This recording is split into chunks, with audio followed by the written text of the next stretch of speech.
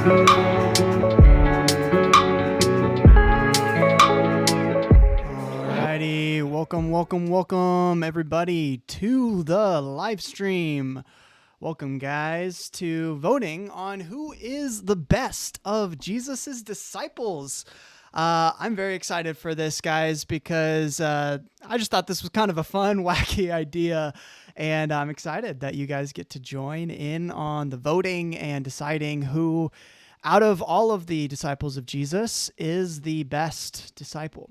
Today, I have listed all of the 12 disciples, but I've also listed 4 extra people to make it a 16-person bracket, so it's a little bit bigger, and all of those fun stuff. So the extra people that I have is going to be Mary Magdalene. I also included Paul, the Apostle Paul. I included James the Just, Jesus' brother, and then I included Matthias as well, who is the replacement for Judas. So, but yeah, who do you guys think is going to win? Comment below. Who do you think is going to win the overall bracket today? In before Judas, yes, you are here before Judas. Way to go. He's definitely not probably going to be a favorite here, but in my opinion. So this bracket's going to be a lot of different challenges, right? In my opinion, the person who's going to win is going to be twofold. It's going to be a bit of a popularity contest because, I mean, come on. Who knows like anything about, James, son of Alphaeus? We know barely anything about him, right? So he's probably not going to win unless y'all are a huge fan of James, son of Alphaeus. No shade there. No shade. But, in terms of, popularity, that's definitely going to be part of it. But on top of that, it's going to be competitions of who do you think is the most competent or skilled at a certain thing. And so it's going to be different random challenges. And I'll show you that here real quick. The challenges, I got a little wheel put together. So it's going to be things like who would be the best at cooking, who would put together the best floral arrangement, who's going to be the best at public speaking, arm wrestling, 100-meter dash, fishing. One of my personal favorites here is in a chess match, or who do you think is the most traveled out of everyone in the list? So we'll just kind of spin the wheel as we go and vote and decide which one do you think is the ultimate disciple of Jesus. So that'll be pretty interesting. No, Judas. Everyone loves a dark horse. That's fair. Yeah, that is fair. Honestly, if Judas ends up winning this, I will be very surprised.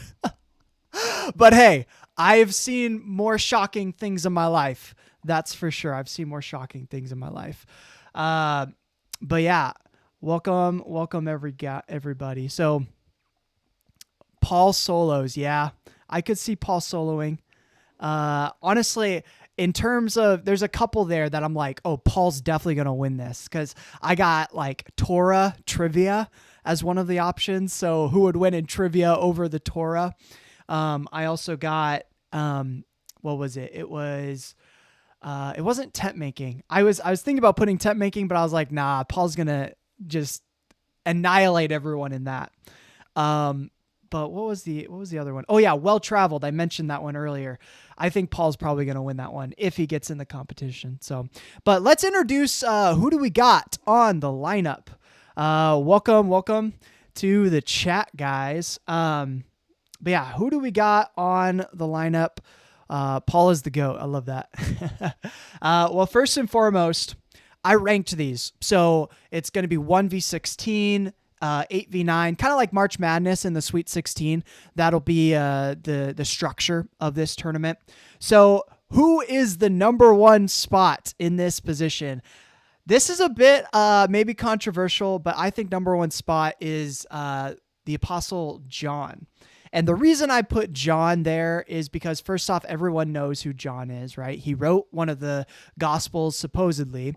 And on top of that, I think, hear me out, I think John is pretty athletic. If you read the last chapter of John, pastors talk about this all the time.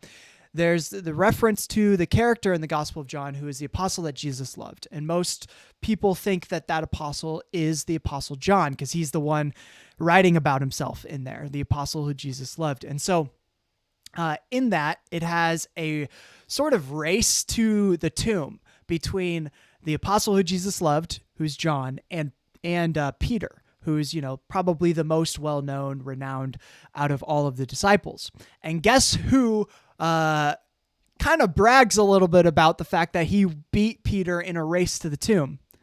It was John. He said that the apostle that Jesus loved made it to the tomb, and then Peter followed up. So I think John's got a little bit of athletic ability, which, is surprising, because Peter himself is probably pretty athletic due to, being a fisherman and all of that sort. So it'll be pretty interesting. So that's why he's in first. In what he's facing is Matthias. We really don't know much about Matthias. In second seed of the tournament, I got Paul. Okay. Y'all are saying that Paul's going to solo, Paul's going to sweep, he's the GOAT. I think that's fair. That's why he's number 2. He's not quite number 1, but I think Paul's number 2. I didn't quite put him at 1 because, he's not one of the original 12. So that's why he's number 2. At number 3, that's where we got Peter, St. Peter. I think for obvious reasons, that's why, he's at number 3. At number 4, I got Mary Magdalene, simply because she's a sleeper, in my opinion. Out of everyone on this list, I think Mary Magdalene is maybe going to be the most underrated. That and one other person that I kind of ranked a little bit higher than you might think. But Mary Magdalene, simply because I think she represents the entire women's ministry of Jesus. And Jesus, he at least in the Gospels, favored a lot of the women in ministry. And Mary Magdalene was of pretty high standard. In tradition today, we think of her as a person who overcame prostitution and things of that sort, but that's not really mentioned in the Bible. The Bible kind of renounces her as a potentially wealthy, high-class woman who was in charge and had a lot of leadership skills to lead the entire women's ministry for Jesus. So, in my opinion, that is why she is number 4. At number 5, what do we got? Okay, this is the other one. Don't judge me for this. I put Simon the Zealot there. So I'll show you guys here. Simon the Zealot. He's going against Andrew at number 12. Simon the Zealot, if you're not familiar, if you've seen The Chosen, that series, The Chosen, he's kind of like an assassin almost. He's pretty badass. He has a knife and goes around doing, badass things with a knife, But in my opinion, I think he's probably the most athletic out of everyone here. And so any athletic competition, I honestly think he's going to win it out because you got to be pretty badass to be a zealot. You're fighting battles and all of that stuff. So, and then at number 6, what do we got? Number 6. Yep. I got James, the brother of Jesus, mainly because he's the one that led the church after Jesus died, the church in Jerusalem, I should say. So he's got leadership skills. He wrote his own book, so he's got popularity skills, all that stuff. I'm just going to go through the top 8. The other ones, probably not as important. At number 7, I got Matthew, the apostle, mainly because I think Matthew, he's got them smarts, bro. He's an intelligent guy. He was once a tax collector. I think you got to be pretty smart and cunning to do that. So, in some stages, I think, okay, hear me out. I think Matthew, as well as Judas, are the two that would be willing to cheat in order to win. And hey, if you can cheat and get away with it and win, all props to you. So I'm just saying. I think Matthew's got pretty good, interesting skills here. And then at number 8, I got what's number 8? I got Thomas at number 8, mainly because Thomas, he's most well known because, doubting Thomas, you've probably heard of that. And so that's going to give him some renown. But in terms of the early church outside of kind of modern Orthodox traditions, Thomas is actually a really big disciple, probably as big as the Apostle Peter in certain areas. And he has his own gospel written, which is a sayings gospel. So that's why I put him there. At number 9, I got Philip, because Philip is very similar to Thomas. He led the church in Ethiopia. He's the one that baptized the Ethiopian eunuch. So we got a lot of, and he's similar to Thomas, where a lot of churches renowned him as the top disciple. So that's our lineup for today. It'll be pretty interesting. Paul has the most info about him compared to everyone else, I think. Yeah, no, 100%. I mean, Paul's written 13 letters, 7 of which we know were written by him for sure. And so to me, like, Paul has got to be the most renowned out of all these people, maybe the most influential. I don't think we have modern Christianity as it is without Paul. That's just my opinion. So, but yeah, it'll be pretty interesting. So I say, let's get into this thing. Let me know your thoughts below. Sounds like Paul's the favorite. Who do you think is going to be the dark horse, the sleeper out of this entire group? Let me know in the comments below. And let's get to the very first competition. So this first competition is going to be between John and Matthias. And as I said, Matthias is that person who replaced Judas after he committed suicide. So he's kind of the quote-unquote 13th disciple. So who's going to win, John or Matthias? Let me know in the comments below. Let's see what we got. What is the competition? Here we go. Let's spin it. Spinaroo. What is the competition? Oh, yo. Okay. Arm wrestling. Okay.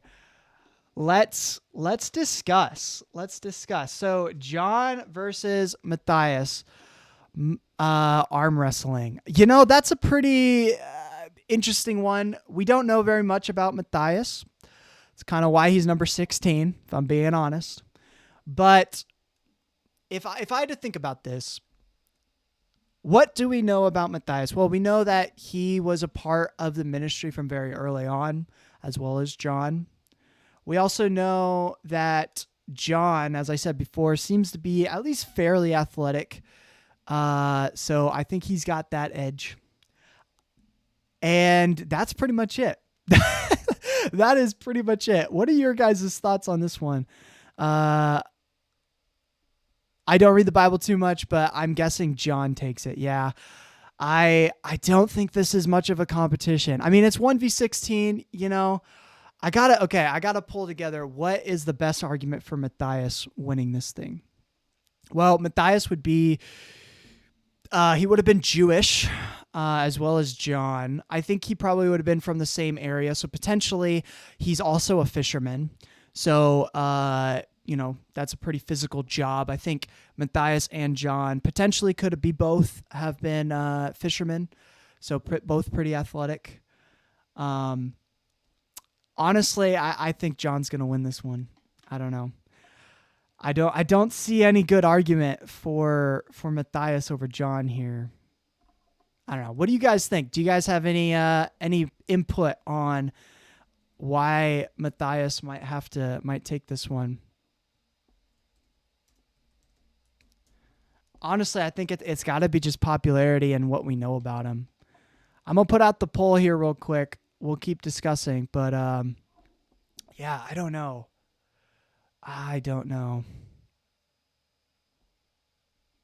So far, we got a vote for John, 2 votes for John.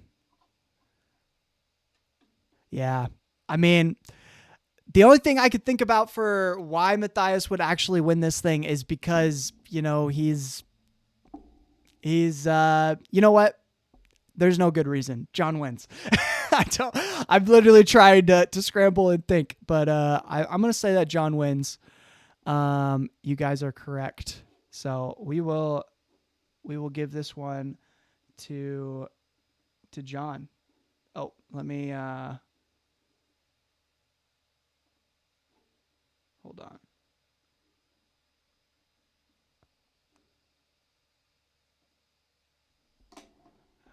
Sorry about that. Give me 1 second. For some reason, it's not working here.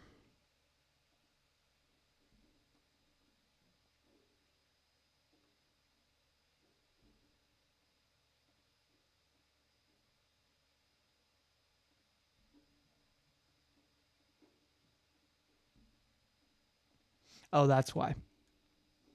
I wasn't logged in. Give me a second, guys. Might be. I'm sorry about that. I was not logged in, so I couldn't edit the bracket. Let me quickly do that. Yeah, honestly, the first ones are definitely going to be pretty heavily favored, I think, toward the winners. So I don't even think this is much of a competition at all. John is the victor. We're going to give him it. Actually, y'all voted 2. So 2-0. John sweeps the first one. All right, on to number 2. All right.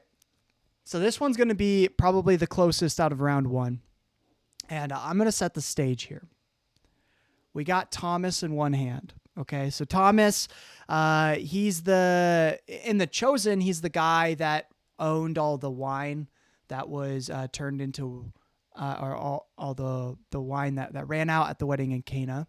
And Jesus' first miracle, he turned the extra water into wine so they didn't run out of any wine at the wedding. So that's not in the Bible, but that's in, The Chosen. So all forms of media are open. Thomas is also the guy that did that. He doubts. He's not 100% in. So if he's trying to win a competition, he's the guy that kind of doubts. He's the guy that's like, I don't know. So maybe he doesn't believe in himself. Potential, self-doubt creeping in. So maybe he doesn't got that dog in him to take out the win. So those are some potential things. But also on top of that, Thomas is highly favored. You can maybe flip on the flip side of that. He's not going to take your word for things. He's going to be the one to dig in and find answers to things on his own. So he doesn't take things face value. So I think that's the twofold side for Thomas. And then for Philip, Philip is, he was convinced that Jesus was God from the miracle where, he followed John the Baptist. That's what it was. So he followed John the Baptist in the wilderness. So that's Philip. And if you're going to follow crazy kooky John the Baptist, you got to have some pretty good survival skills. You probably don't give a fuck about whatever people say or do. And so I think Philip out of these two is probably a bit more of a risk taker. And he probably, in terms of image and self-image, he's not going to care at all. So those are the traits I'm thinking about. Imagine the apostles 2,000 years ago with totally different sounding Hebrew names knew that they'd be having a trivia bracket about them. Oh, that's trippy. Yeah.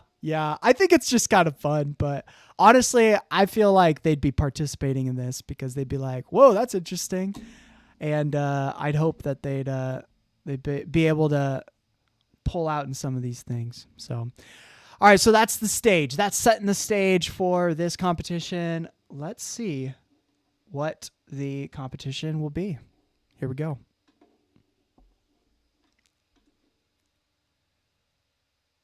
Oh, is it? Yep, photographer. Okay, so who would be the best photographer out of these two? Well, I kind of set the stage already.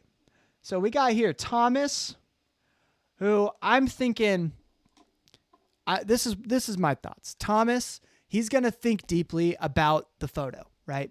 So he's maybe not taken quite as many photos, but the quality of these photos are going to be goddamn good. Okay, so that's number one. Thomas, he thinks about the photos. He's a deep thinker. He doesn't just like go and do things and like send things en masse. He's more of a quality over quantity kind of guy. So that's Thomas. Philip, I think he's a bit of a risk taker.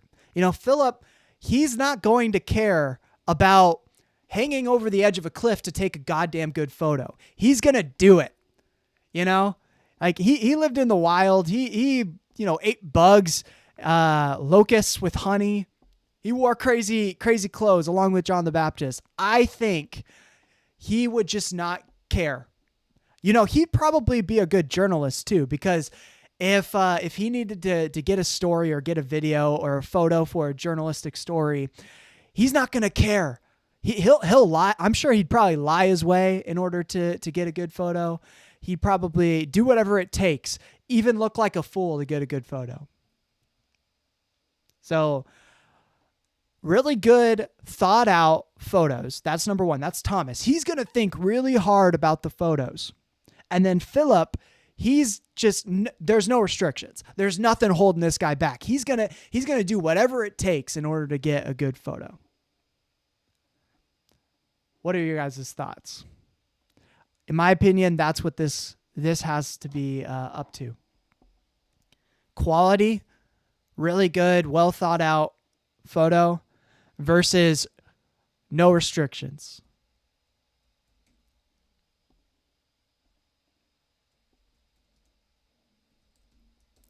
All right, poll's out. The poll is out. Go ahead and vote. No restrictions versus quality photo.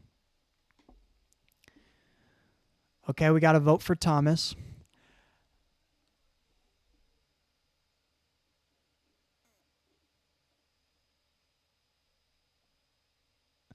So I am agnostic. Oh, yeah. No, I'm agnostic, but I'm really interested in this kind of discussion, and I think it's kind of fun. So I kind of view these characters more in their archetypal kind of narrative rather than as historical figures. I do think they're based on historical figures, but I don't think the stories that are for them are necessarily historical. There's probably history behind them, but I think there's also a lot of mythology along with them, simply just because the Gospels were written, many decades after when these people would have been alive. So that's kind of the main reason. But yeah, no, I really am fascinated by these stories, and I think definitely something worth learning for a lot of people.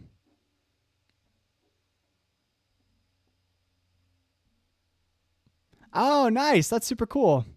Yeah, I mean, in Islam, I know that you guys revere Jesus, and I'm curious. Do you guys like how much of Jesus's ministry is like focused in Islam? Because I know Muhammad's the last prophet. He's like the final prophet, and Jesus is the Messiah, but he's not God, obviously.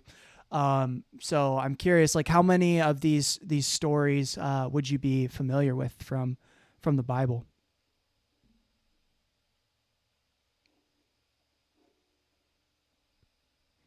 All right, so far with the poll, we've got one vote. My vote, if I'm being honest, it's a tough one. I think I'd choose Thomas also. That would be my vote. Mainly because he's really going to think through these things and is going to,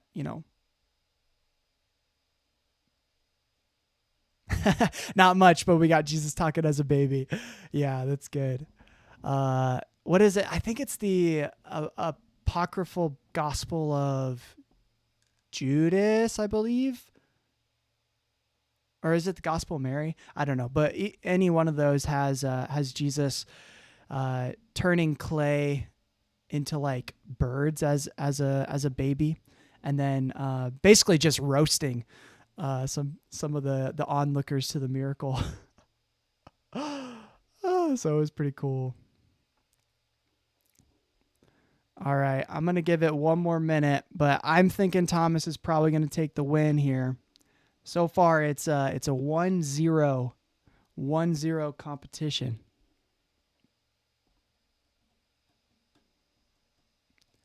Yeah, this one's honestly a lot tougher. Out of round one, I think this is by far the most tough. Yeah, no, it's not apocryphal. Sorry, that was the incorrect word. Infancy gospel. You're correct. Not the apocryphal gospel. I've read quite a few of the Nag Hammadi texts, but I haven't gotten to that one yet.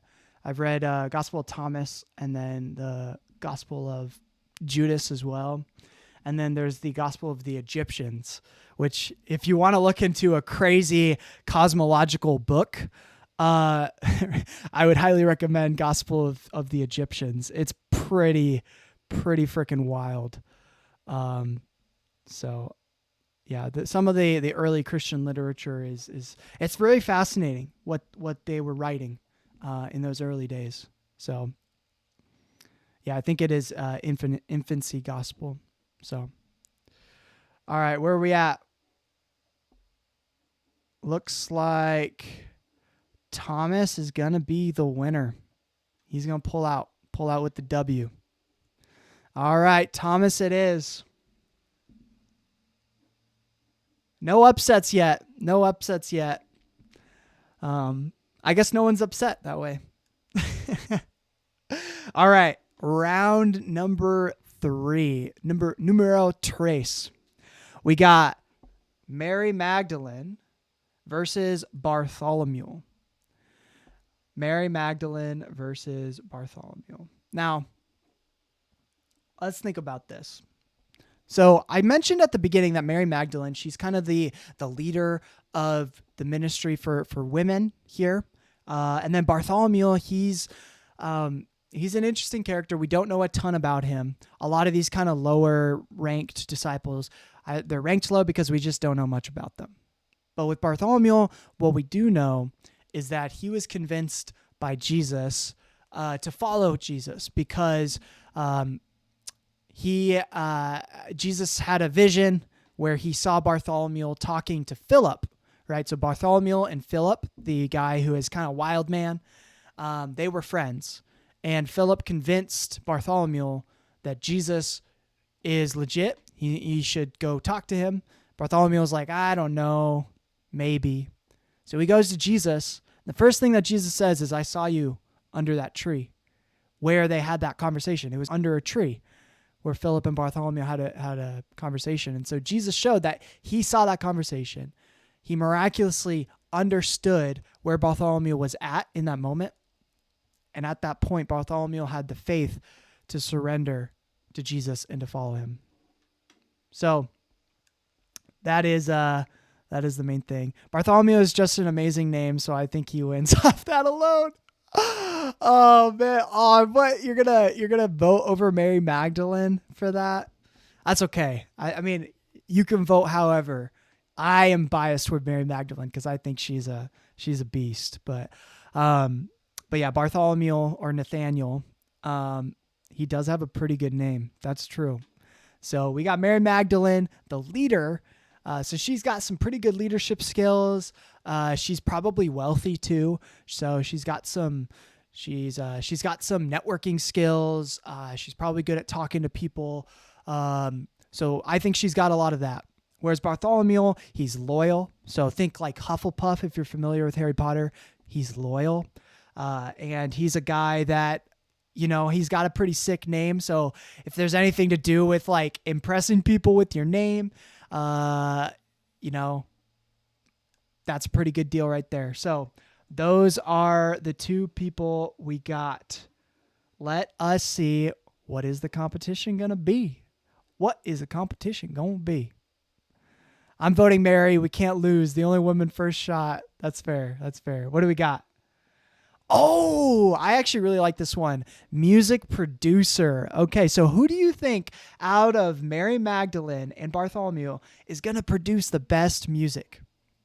Okay, let's think about this. I think Mary, she's definitely going to be able to hire a pretty good producer, right? Because she's got the funds, she's got the networking. I think out of these two, she's probably the one that will be able to network and get a solid producer to help her in the process. In terms of her own personal creativity skills, I don't know.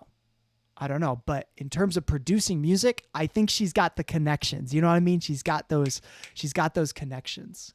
So that's what she's got. Bartholomew, bro, he's a dreamer. Okay, Bartholomew, he's the guy that's like, he's loyal. And so if he's committed to making music, it's going to be really good. He's going to put his 100%, 110% effort into it, right? So that's Little Mary and young Bartholomew. Oh, those are good. Little M, right? Little M. I just feel so Mary. I think the rap song's gonna be like a variation of Mary Had a Little Lamb. You know what I mean? It's gonna be like Mary had a, something like that. Just that kind of vibe. The nursery rhymes with those sick beats, probably some dubstep drops, stuff like that. Little Bartholomew. Now, what's his song gonna be about? I think it's going to be a deep song, probably about his moment of deep kind of awakening. I was awakened under the tree. Something like that, like something along those lines. So I think what we get from Mary is going to be this like highly produced, just like dubstep, bit of rap, variation of a nursery rhyme. Whereas from Bartholomew, I think it's going to be more passionate, more like surreal, emotional, maybe not quite as high quality, but definitely going to be all the emotions laid out on the table. I think that's what we got here. I think that's what we got. So it's between Little M and young Bartholomew. What do we think?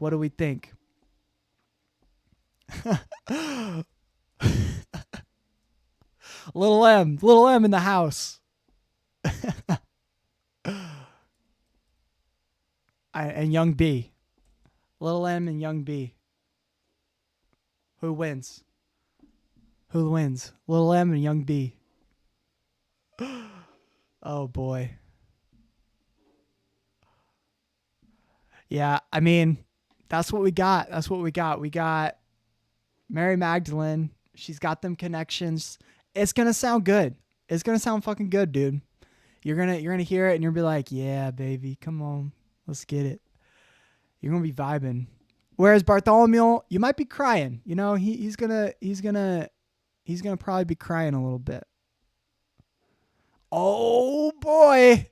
We are tied, boys. We are tied. Okay, so we are currently tied. So Bartholomew is probably also, so let's think maybe current day. Who would win in current day rather than maybe back then? I'm a sucker for the underground. There's an album called Magdalene by FKA Twigs that I hear like thrice a week. Oh, so she's already got connections. It sounds like she's already kind of made a bit of a name for herself. Okay, so she's got a crowd. She's got some other producers that she can maybe collab with. I don't know, guys. All right, Chthonic, you're gonna have to convince me on young B here, on Bartholomew, because right now I'm leaning toward Little M, and I'll be the final vote here. What do you got for why should I vote for young B?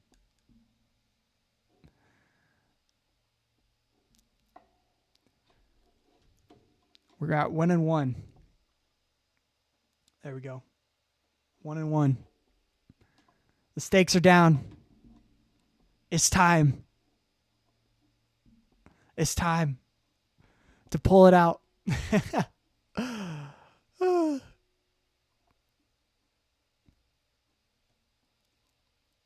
Young B is like Tupac.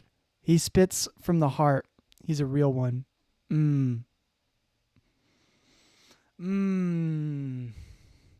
Okay, so we got the woman with the connections, the woman with the money, and then we got the man who speaks from the heart. Just like Tupac. In my opinion, just like NF. Okay. Who do you guys think is going to be the most long-lasting producer? So who maybe the first few albums, I think Mary's probably going to be on top. They're probably going to be more popular. But in the long run, who do you think is going to win? Who's going to become a top artist in the long run? Who do we got? Women are huge in the music industry right now. They got the talent. Okay. That's true. I think who are the top artists right now? Who's top of the charts?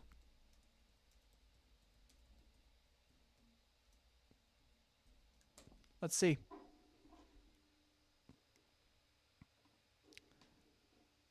Taylor Swift. Wham. Dean Martin. I mean, Taylor Swift's number one. And she's been doing it for a long time.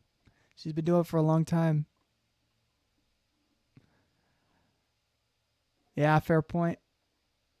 Okay. Guys, this is a close one. This is much closer than I thought it was going to be. Well, I'm going to have to say my girl, Lil M. Mary Magdalene moves on to the next round. Dum dum dum. Oh man, that was a close one. I did not think it was actually going to be that close. But that's pretty cool. All right, up next. This one is honestly, this is why he's number 5. We got Simon the Zealot versus Andrew. Andrew is the brother of Peter. So you know the Apostle Peter. You know who St. Peter is. He's probably the most popular disciple in the entire world. But we would not have a St. Peter without Andrew. Just like Philip, Andrew also followed John the Baptist in the wilderness. So he's a little crazy. He gets a little crazy. He's definitely got that dog in him. He's going to finish to the end. He's going to put his full effort in. And he doesn't care. He will be unashamed in the entire process. Okay, so that's Andrew. But he's facing number 5. Number 5 in the seeds, which is Simon the Zealot. As I mentioned before, I think Simon the Zealot destroys anyone in any physical competition. Not even close. I mean, bro is fighting wars. He's fighting battles. So if there's a physical competition here, I don't see how Simon the Zealot loses. I just don't see it. Maybe a race.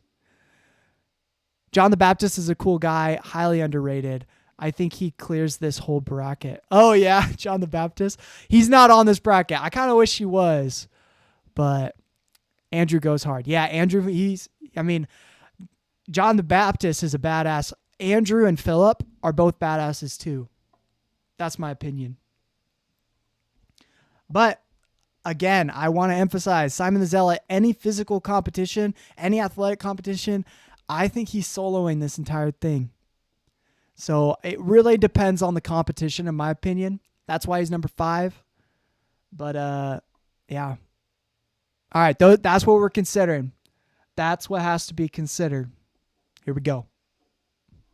What is the competition, baby? What do we got?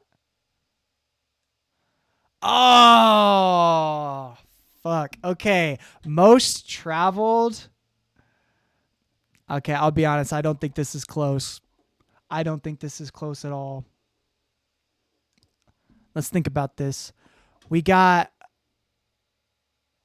Andrew, who is probably the most traveled because he's traveling all over the place with John the Baptist, all over the wilderness, going and preaching from town to town. That's Andrew. Like, that was his ministry prior to Jesus. That was his ministry during Jesus' times. We also have legends of him traveling all the way to Asia Minor. So Andrew's definitely pretty traveled. But let's make a case here for Simon the Zealot, okay? Simon the Zealot, we don't know too much about him, but he was fighting battles, probably all over Jerusalem, Judea, all over that area. So in terms of Judea, I'm thinking Simon the Zealot is more locally traveled, right? He knows the local spots a little bit better. He's fought in a lot of wars all over the place. Whereas Andrew, he's probably fairly local traveled too. He knows the wilderness a little bit better. And then after the ministry, he's also traveled all the way to Asia Minor. Okay. That's what we got. So I'm gonna open it up. Who wins this one? Simon Z or Andy? Simon Z or Andy? St. Andrew.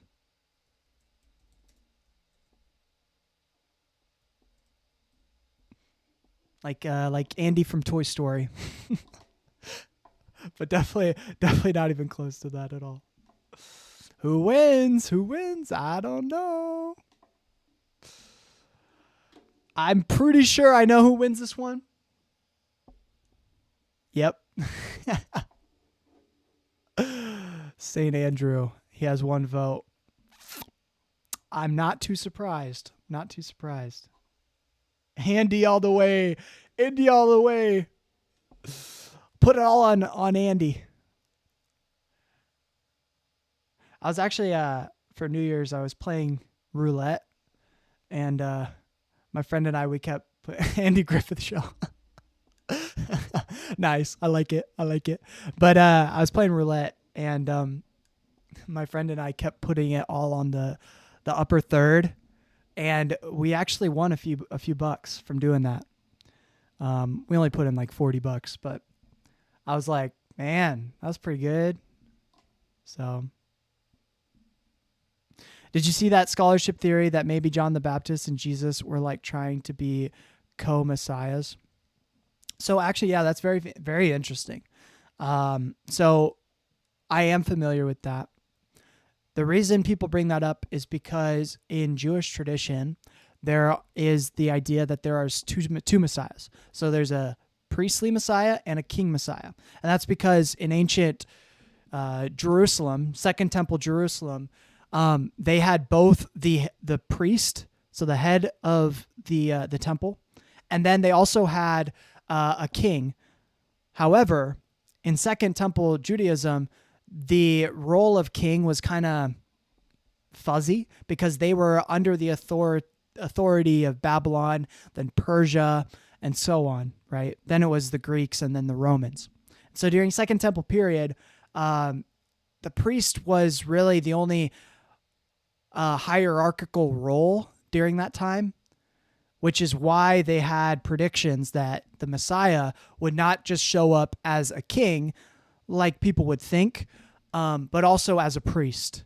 And so the theory goes that Jesus would have been the priestly sacrifice, and then John the Baptist would have been the kingly sacrifice. Of course, that's not really how it worked out historically, but that is the thought.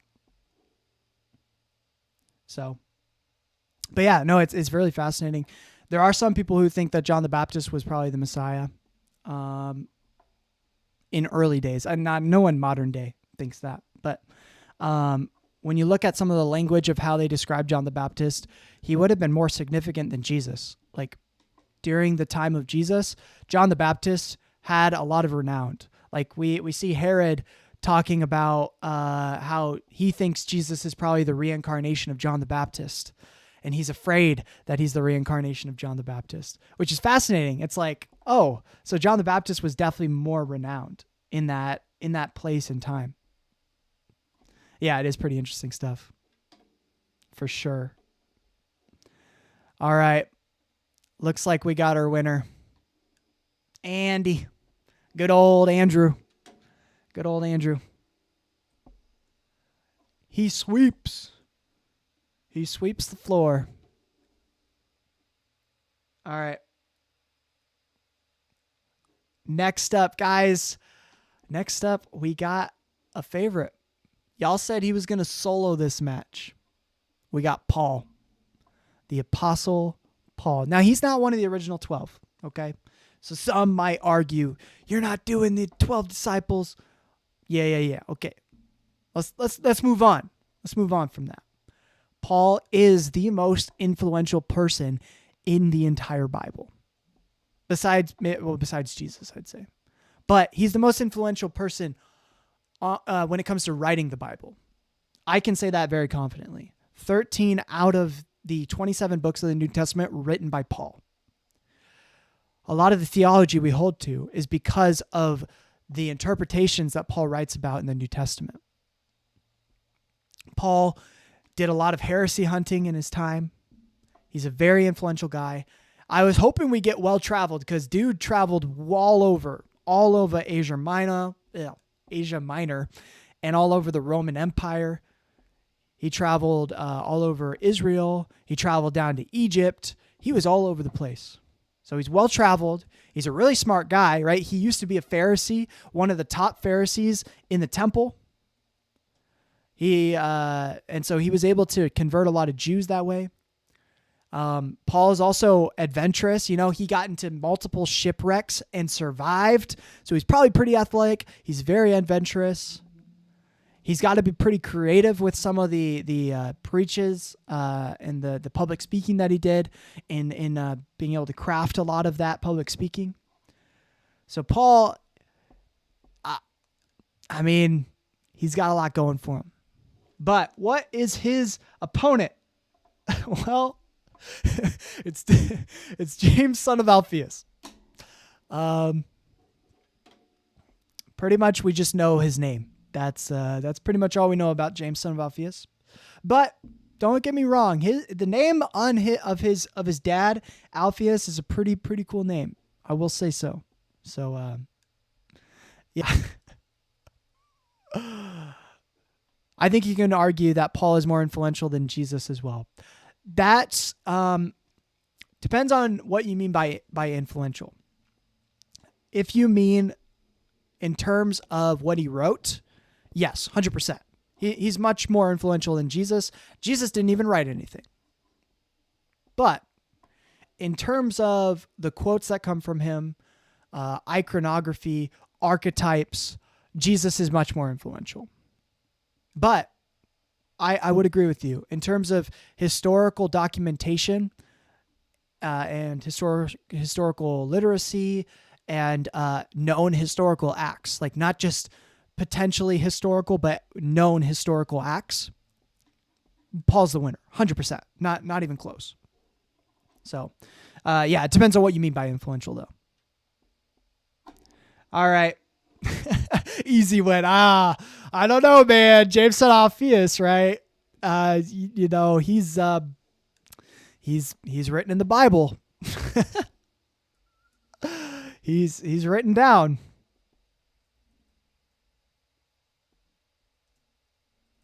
James A. and Paul. All right, let's vote. Who wins? Who wins? James A. or Paul? James son of Alphaeus. He's this is the other thing. His other name is Judas, right? So maybe he and Judas Iscariot were kind of homies. And I don't even have the competition yet. Sorry. We're voting. Don't vote. Don't vote yet. Don't vote. We got to figure out what the competition is. My B. Okay. This one's 100% not even close. Home decorator. So Paul by trade is a tent maker. We know that because he worked with Aquila and Priscilla for several years, who were tent makers. So we know that he has experience in making tents for people, which I would assume has some benefit toward home decoration as well. So if he was alive today, he would probably be either a construction worker, working on homes, maybe an architect, or internal home decoration. Very well could be what he is today. So that's definitely my thoughts. I don't know if the historical Jesus ever actually preached to Gentiles outside of Paul's doctrines, which might be his own versions / ideals. Well, I'll put this to you. Every single gospel has him preaching to Gentiles, has Jesus preaching specifically to Gentiles. In Mark, we have the earliest gospel where he talks to a woman and basically says that she comes and implores to him that he would help her and teach her, or that he would allow her to follow him.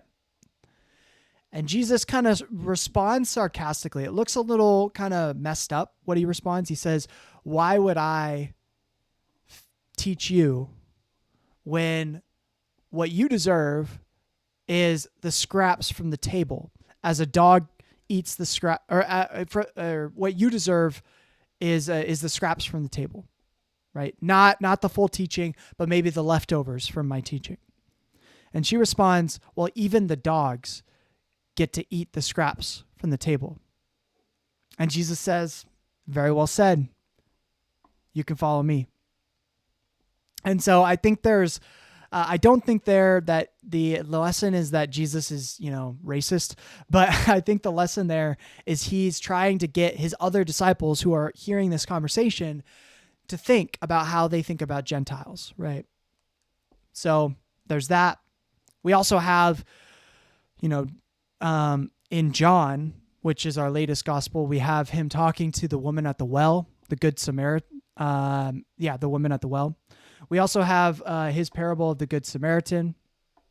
So where Jesus basically says, who would you help in a situation of dire need? Would you help a Samaritan, or would you help a fellow Jew who's in a pit, endangered?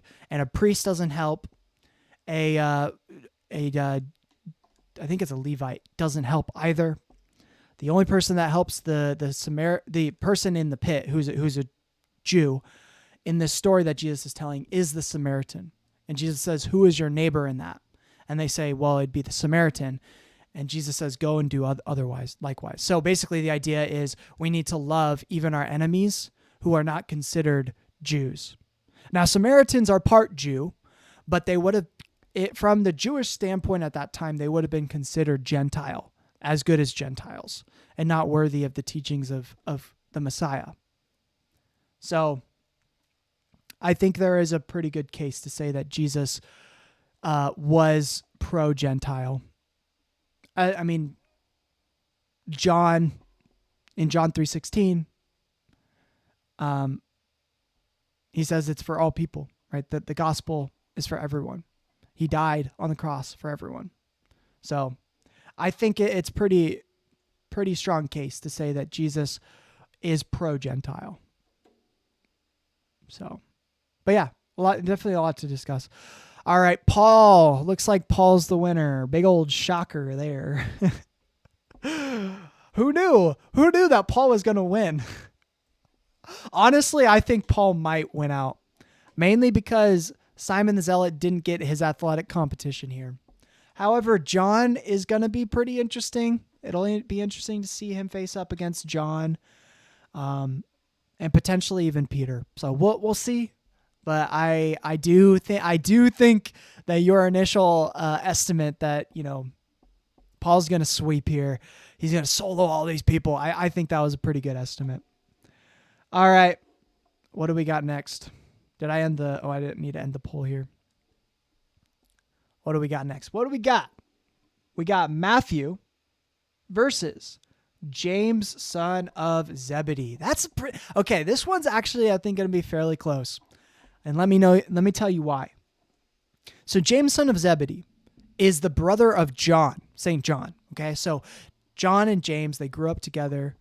They would have been, really close. They're fishermen, so they're fairly athletic. I also know that James, right? James, son of Zebedee, is actually the first martyr out of all, well, besides Simon, right?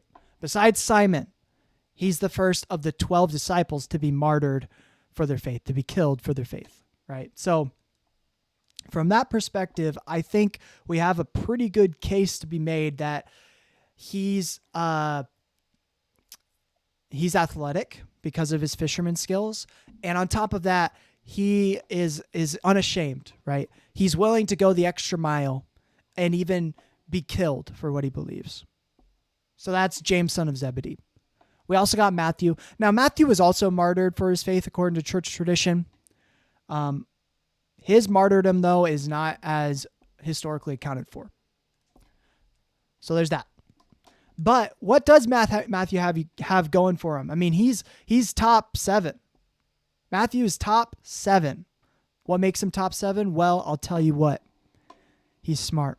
He was a tax collector, which takes some pretty good smarts. He's got to have some pretty good relational skills, to relate to both Jews and Romans. And he probably is pretty cunning too, because to be a tax collector, you got to be convincing. You got to be a pretty good at convincing people to pay their taxes, because that was not happening. He had to get out there and make sure it happened. So Matthew is top. Is that what I saw? Matthew's top 7. Oh, I see. What up, Jared? Welcome to the stream. Welcome, guys. If he's top 7, that means he's 7th. Hey, but listen up. James, son of Zebedee's top 10. So according to that logic, he loses because he's 10th. We got to consider this by challenge basis. So we got smart and cunning. That's what we got from Matthew. From James, son of Zebedee, what we got is athleticism, and we also got drive. He's got drive, and he's not ashamed. That's what we got. So let's see who is going to win this one. Dum da da dum dum dum. Oh my God! No, this is not fair, bro. Okay. So okay. Hear me out. I don't want this to be a sweep. I want you to at least consider Matthew here. Okay, so James, son of Zebedee, yes, he grew up as a fisherman, and that was his trade for his entire life prior to following Jesus. Okay. That being said, let's put that aside. Let's have a discussion, okay? Let's have a discussion. So what does Matthew have going for him? Well, Matthew's pretty smart. He's smart, bro. He's got that tactics, bro. He probably plays, if he was living today, he'd probably play fishing simulator just to get those skills, bro. That's Matthew. Re-roll? No, I can't re-roll. Just because I just don't think it would be fair. I don't think it'd be fair. We gotta stick with what we get. That's what this is all about. I love Matthew Murdoch. Does that count for him? I don't think so. We got to take it on merit, bro. We got to take it on merit. We got to decide not based on popularity. I know we love Matthew, right? He's number 7 for a good reason. A lot of people love Matthew. If you've ever watched the show The Chosen, he's probably people's favorite character. But we got to choose it on what we actually think is going to happen here. So that's my best defense for him. So, but this is a fishing competition. James grew up as a fisherman. Matthew, we don't know anything about him potentially fishing at all. So, but he's smart. He's smart. That's all he's got really going for him. So, who wins? Who wins in a fishing competition? I don't know. I do know. Oh man, that sucks. Some of these, it just sucks, just because That's what it is. That's what it is. Jared, what do you think? Does he win this one? Judas is top 12 apostle. Actually, that puts him not in last place though in this list. Actually, did I put him at 12? Maybe you're just reading the list. I put him at 11. I actually put Judas at 11 because he's a money changer. So I think he's a lot like Matthew. I think he's pretty smart too. Yeah. Okay. He's going to sweep. I get it. Okay. Lay off my back. Okay. Matthew's a pretty cool guy. He's a cool guy. But yeah, James, son of Zebedee wins. Shocker.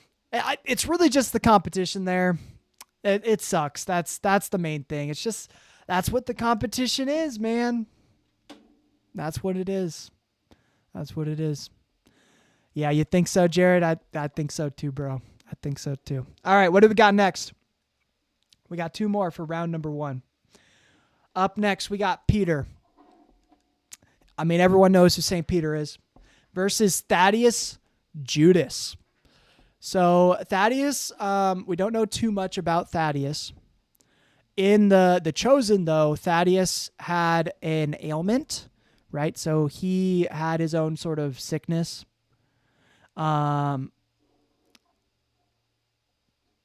Judas in this, I thought you had a mood. No, I didn't. No, Judas is in this. This isn't Judas Iscariot. This is a different Judas. So this is Thaddeus Judas. In one gospel, he's called Thaddeus. In another gospel, he's called Judas. So that's why we call him Thaddeus Judas. But he's separate from Judas Iscariot, which is the famous one you're thinking about. So we got Peter. I mean, he's number 3 on the list. Peter is the most just out there gonna he's the only one that stepped out of the boat to walk on water. Peter becomes the head of the church. He's the first person to say that Jesus was the Messiah, at least in the Gospels. In the Gospel of Thomas, it's actually Thomas that's the first to say that Jesus is the Messiah. But in Orthodox Christianity, Peter's the one. He's the start of being the Pope, right? The very first Pope, according to Catholic theology, is Peter. From Matthew 16:19, he was given the keys to the kingdom of heaven. And whatever he looses on earth will be loosed on earth, and whatever he looses in heaven will be loosed in heaven. So he's got authority, leadership, good public speaking skills. He's not going to back down. Peter's not going to back down. And if you've ever seen a picture, let me pull up a picture of Peter here. He's swole, bro. He's so swole. Let's pull up a picture. Let's see. Peter is swole. Look at this dude. He's got gains, bro. He's got gains for days. Bro can bench at least 500. At minimum. Bro's pulling in at least 1,000 fish with one hand. Okay, so that's Peter. Thaddeus, according to the Chosen, he's a sick little boy. That's what he is. But he's got heart. He's got heart. He's probably done a lot of reflecting. If it's a poetry competition, I think Thaddeus might win it. If it's a poetry competition, he's been through shit. So that's what we got. Thaddeus versus Peter. What is the competition? Let's spin it.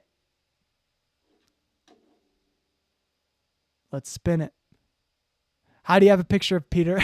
That's from a TV show. So Peter, oh my God. It's a floral arrangement, bro. Okay. If I'm being honest, this might be the only competition where Thaddeus actually has a chance. That's wild. That's crazy. Oh my God. Floral arrangement. So as I said, and this is from the Chosen. This isn't from the Bible. We know basically nothing about Thaddeus from the Bible. We know a lot about Peter. The picture I showed is from the TV show, The Chosen, which is a TV show about the 12 disciples of Jesus as they followed him. And he's swole. And I think we got good reason to think that he's pretty swole. Okay. You think it's Judas. Let me defend Peter here. Peter's got a wife. He's the only one out of all the disciples that we know has a wife, because Jesus heals Peter's mother-in-law, which means that he's married, which means that he has a wife. So out of Thaddeus, who the only reason I'm thinking he's got a bit of a feminine side is because of his appearance in The Chosen, which is not from the Bible at all. Okay. That's all made up from The Chosen, the TV show. But in media, he's a little bit more on the feminine side. Whereas Peter, he's got a wife, dude.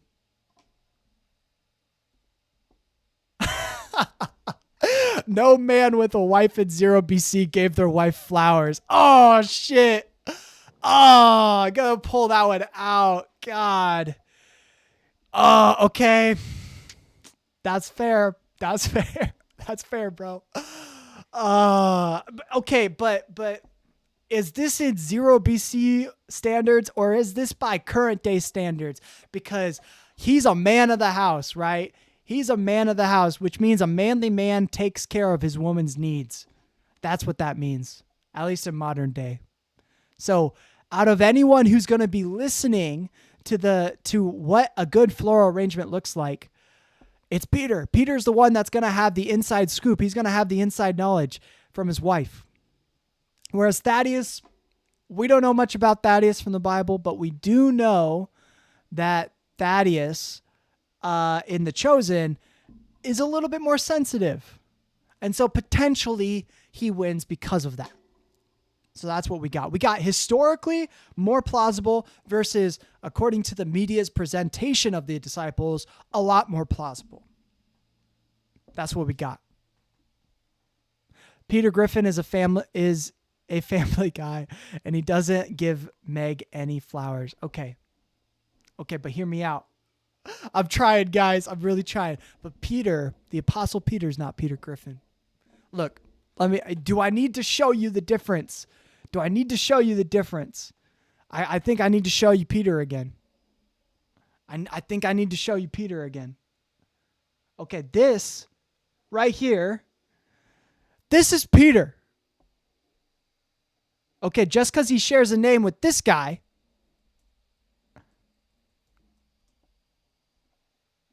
just because he shares a name with this guy right here, does not mean they are the same. I mean, Exhibit A, Exhibit B. Okay. Do I need to explain myself?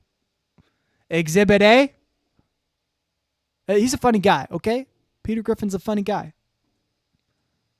But Exhibit B, do I need to explain myself? You guys can choose what you want. But I mean, come on. I think we know. I think we know the answer. Maybe. You guys choose what you want, though. It is Peter. Swole, got gains, and a little bit sensitive side because he's married. Versus Thaddeus, who just naturally has a sensitive side, at least according to The Chosen. Jared, welcome back. So, in this competition, it's a floral arrangement. So Jared, who do you think is going to put together a bushel of flowers better? The Apostle Peter, who's married, so he's got the inside scoop from his wife, and is and so historically maybe more likely, or that. Okay, I'm already seeing Peter L. Let me talk. Jared, please come on my side. Or Thaddeus, who, according to modern day media, is a little bit more on the sensitive side and probably would put together a floral arrangement a little bit better. Okay, 2 votes for Thaddeus. Personally, my vote's for Peter because historically, I think he has a better chance. And I'm sad if Peter loses from stage 1. Maybe he deserves it though, because if I'm being honest, in extra biblical literature, Peter's pretty sexist. In extra biblical literature, he's pretty sexist. I'll pull up I'll pull up Gospel of Thomas here real quick, so you can see what he has to say. Cause well, tell me what you think about this. This is Peter in extra biblical literature. Simon Peter said to him, "Let Mary," this is Mary Magdalene, the only woman in the competition, "let Mary leave us, for women are not worthy of life." Jesus said, "I myself shall lead her in order to make her male, so that she too may become a living spirit resembling you males. For every woman who will make herself male will enter the kingdom of heaven." No flowers. Oh, okay. You know what? We got a big upset here.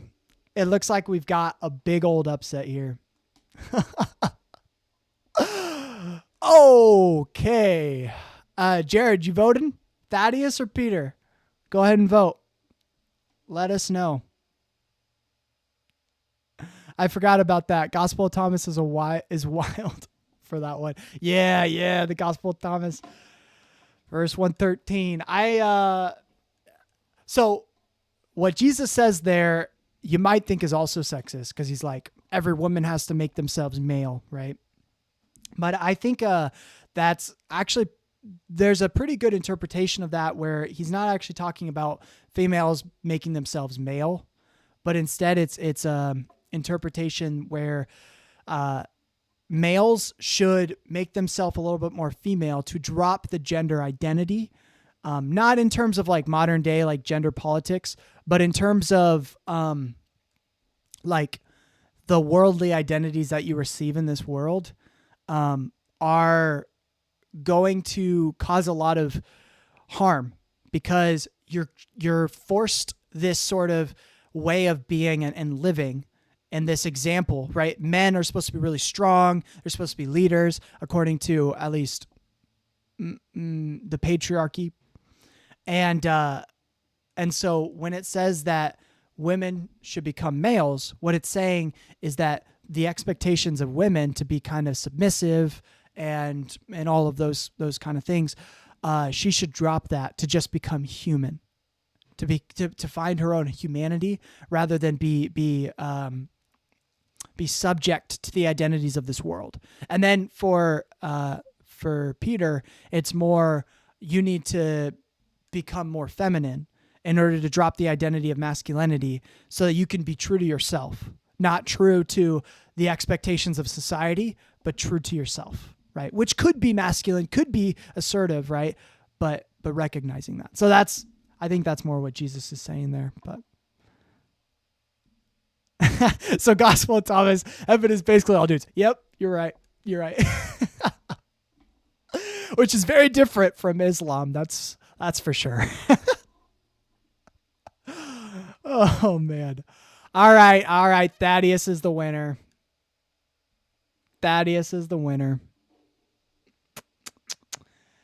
You know, I think it's sad that we live in a world where Thaddeus beats Peter. But hey, at least we get the underdog every once in a while. We get the underdog. All right, this is the last of round 1. We got James, the brother of Jesus, and Judas Iscariot. So this is the Judas you were talking about. Peter hated women.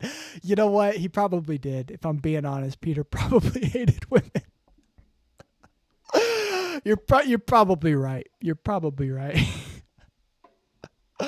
So we got Jesus, not Jesus. We got James, the brother of Jesus, and we got Judas Iscariot. So straight up, Judas, he's a bit of a criminal. He's a bit of a crook.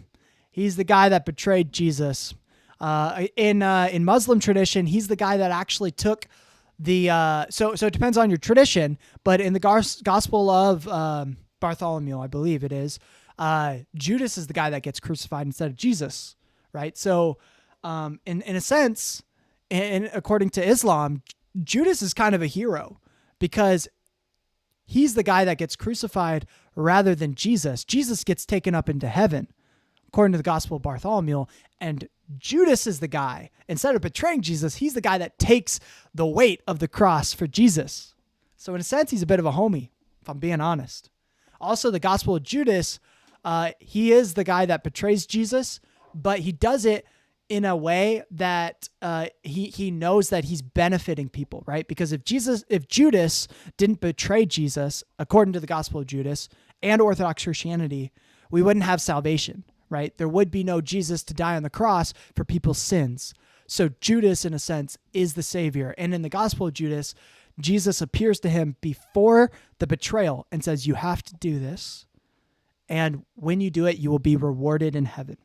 So there's two conflicting versions of Judas. He's either a crook, but he's smart. He handles the money, or he's actually the guy that takes the brunt of everyone's hate and even physical death for other people in order to safeguard other people. So he's kind of like Batman, you know, where Batman, a lot of people don't really like Batman, but he does what it takes in order to help the people. He does it for the people, not for the status. That's Judas Iscariot. Okay, so that's Judas against James, the brother of Jesus. So James is a leader, okay? James is the leader of the Jerusalem church. He wrote his own book that's in the Bible. And, he's probably a good public speaker. He's very persuasive. He's going up against a potential criminal. James has scruples, right? He's not going to do wrong things. He's not going to do anything that's wrong. And he's a strong leader. He's got good public speaking skills. He's got to be pretty persuasive as a person. That's what James is. So James the Just, according to church tradition, versus honestly probably scummy Judas Iscariot. He's either scummy or he's a hero and nobody knows it. It's one of those two. What is the competition? Let's see it. Oh, what? Okay. Honestly, this is a bit of a flip of a coin, in my opinion. Archery. Neither of these people seem to be like good when it comes to athletics. They seem to be both smart and cunning. That's what their strong suits are. So the question is, who's going to be the better archer? Who's going to be able to maybe go out of their own skill set a little bit more appropriately? Well, Judas,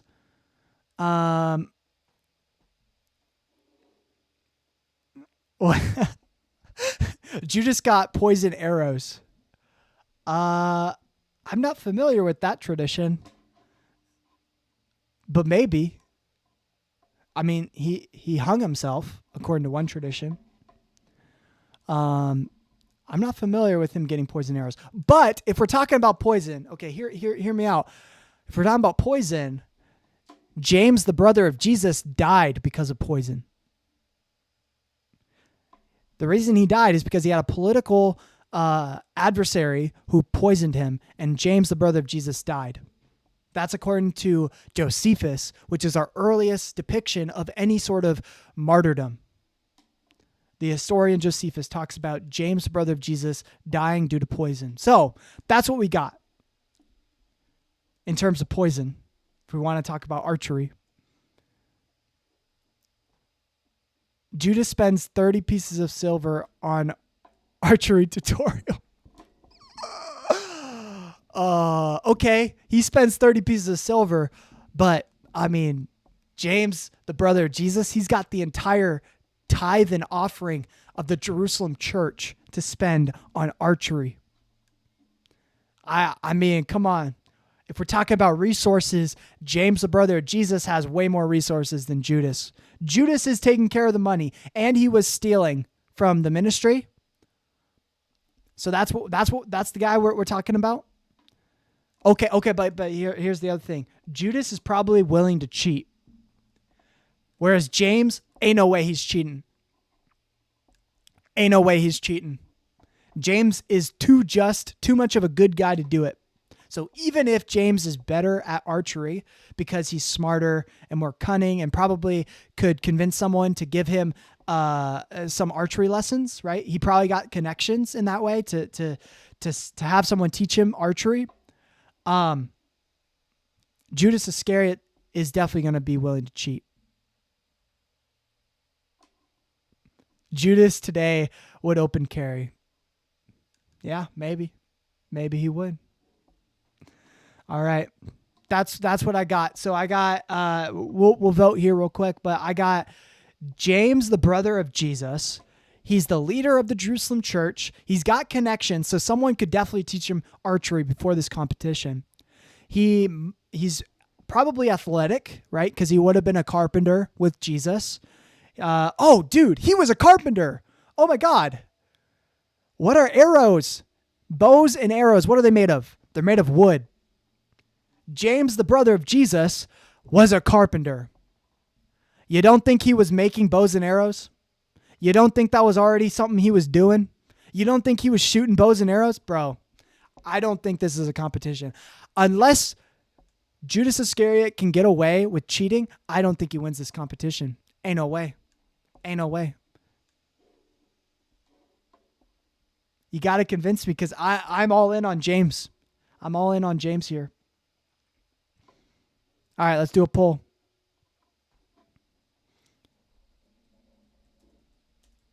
So James, the brother of Jesus, James the just versus Judas Iscariot. What do we think? Vote below. Vote below. Vote is out. So, okay.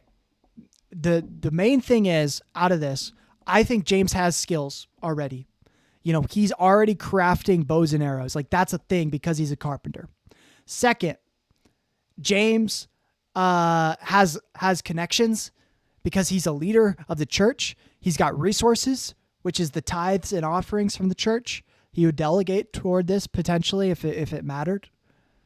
Whereas Judas, he's got some resources, right? He was in charge of the money during Jesus' ministry, but that ministry was a lot smaller than the ministry after Jesus died, which is the entire Jerusalem church. That's what James has got. So he's got resources, but fewer resources. The only reason I think Judas might win this is because he cheats. That's the only reason. He'd be the one to cheat. Judas would shoot a bull with his arrow and it would go chase James cartoon style. Hey, you got to use your resources. You know what I mean? If there's a bull, bro, I'd see it. I'd see it. That's why they call it the bull's eye, bro. That's why they call it the bull's eye. Okay, well, looks like we're at 50-50. Oh, boy. So we got one vote for James the Just and one vote for Judas Iscariot. Vote below. Who wins? I think James has probably got the skills, though. James has definitely got the skills. Jared, who do you think wins this one? You said 50-50. Who do you think wins this one, bro? I honestly think it's James, man. I think James 100% wins this. He's got the skills. The only reason Judas would win is because he cheats. And that's only if he can get away with cheating. Now, maybe he shoots a bull and it's cartoonish style. I like the creativity. But what are the likelihood that there's a bull hanging around at an archery competition? What's the likelihood of that? I don't know. All right, we're at 1-1. We got to vote. We got to get a vote. I'm going to give it another minute. I'm going to give it another minute. So if you don't vote here, I'm going to choose James the Just because I think he wins this. Jesus would never shoot someone, and James got the same genes.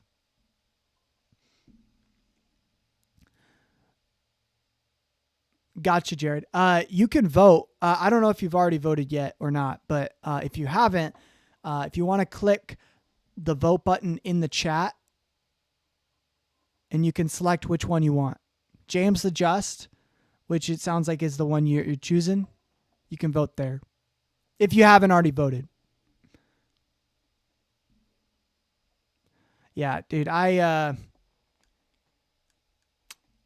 get it. I get why you'd choose Judas Iscariot. Part of me wants him to win, but we got to be practical here, man. We got to be practical. Because, I mean, if James knows how to craft fine wooden pieces like a bow and arrow, then there ain't no way. Okay, Judas Iscariot takes a vote. Oh my God. It's like the meme. Oh my God. Oh man. Oh man. Judas Iscariot. Okay. He is going to cheat. So if he can get away with cheating, I could see him winning. Okay. I'm going to give it another 30 seconds and then I'm going to close it. But Judas Iscariot's winning this thing right now, guys. Oh my God. We back, baby. We back.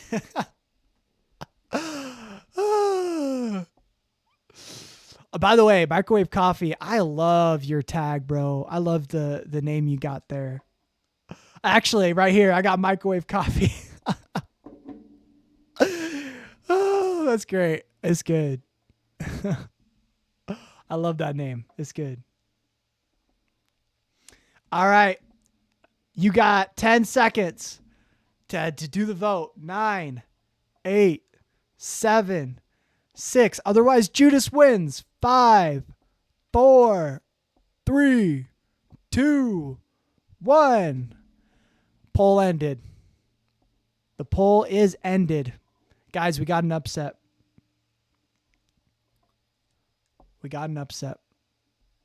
Judas Iscariot wins the first round.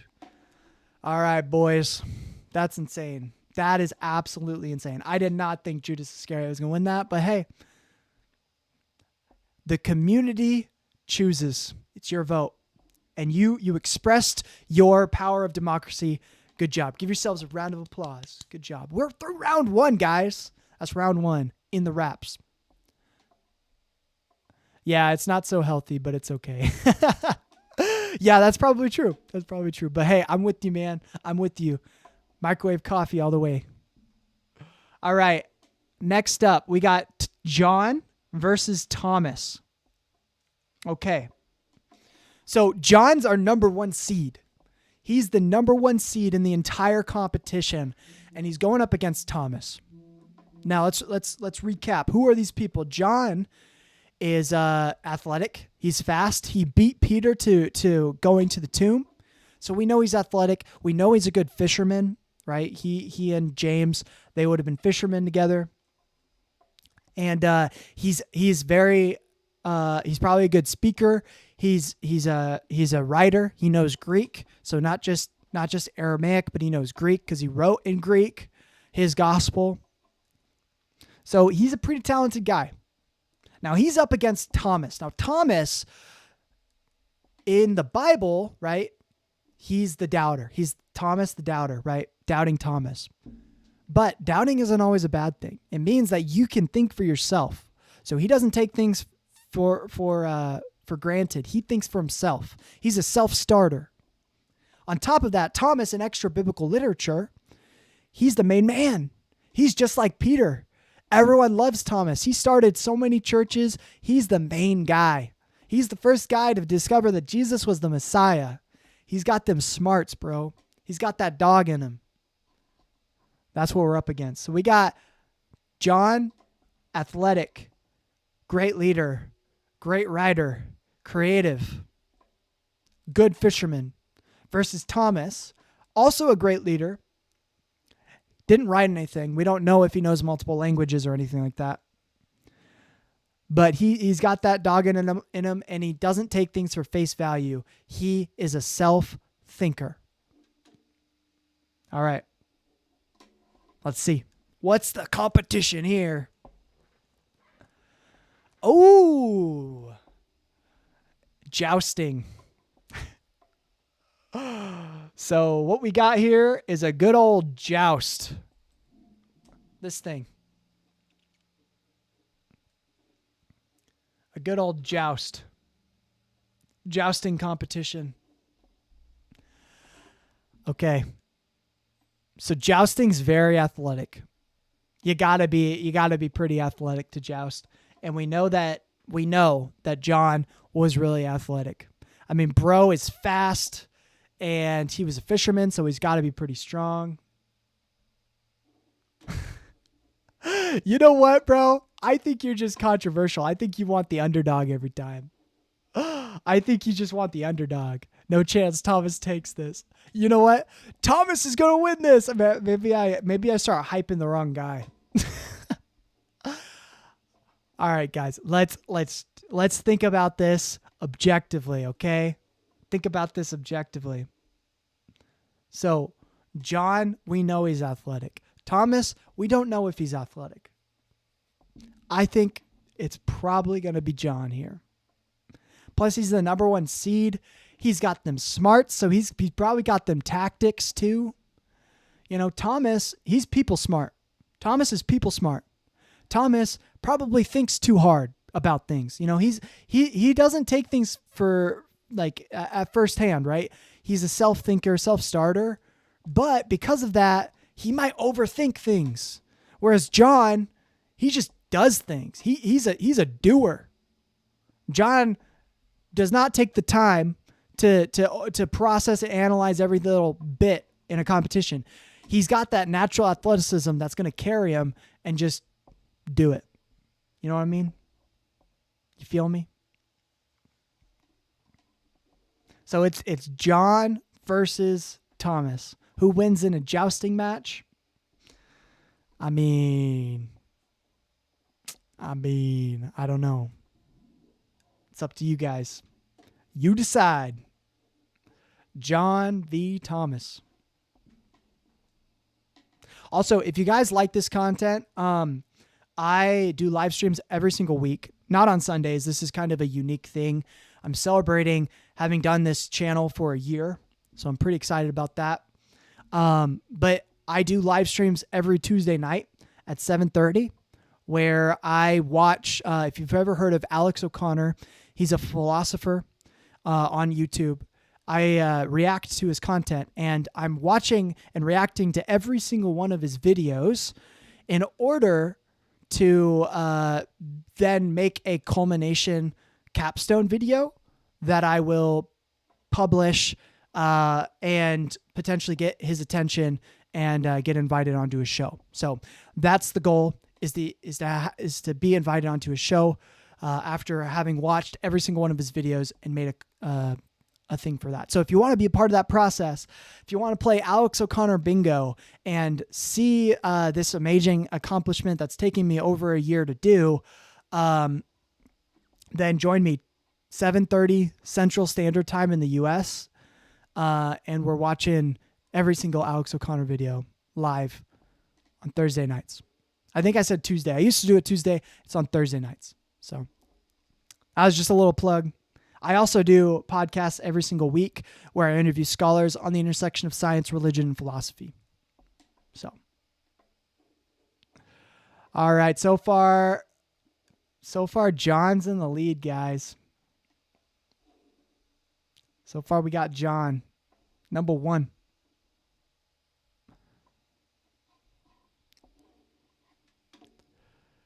I'm going to give it another minute. But yeah, I mean, my personal vote would be John too. He's just got that athleticism. You know, he's naturally athletic. He's not going to overthink. I think he's the guy. I think he's the GOAT. You know, okay, Paul's the GOAT. But John, he's the number 1 seed. He's the first pick overall if this was an NFL draft. You know what I mean? He's the guy. So actually, no. He's the number 2 pick. Simon the Zealot is the number 1 pick overall in the NFL, but he's out, bro. He's got there's no one here to even compare to John's athleticism.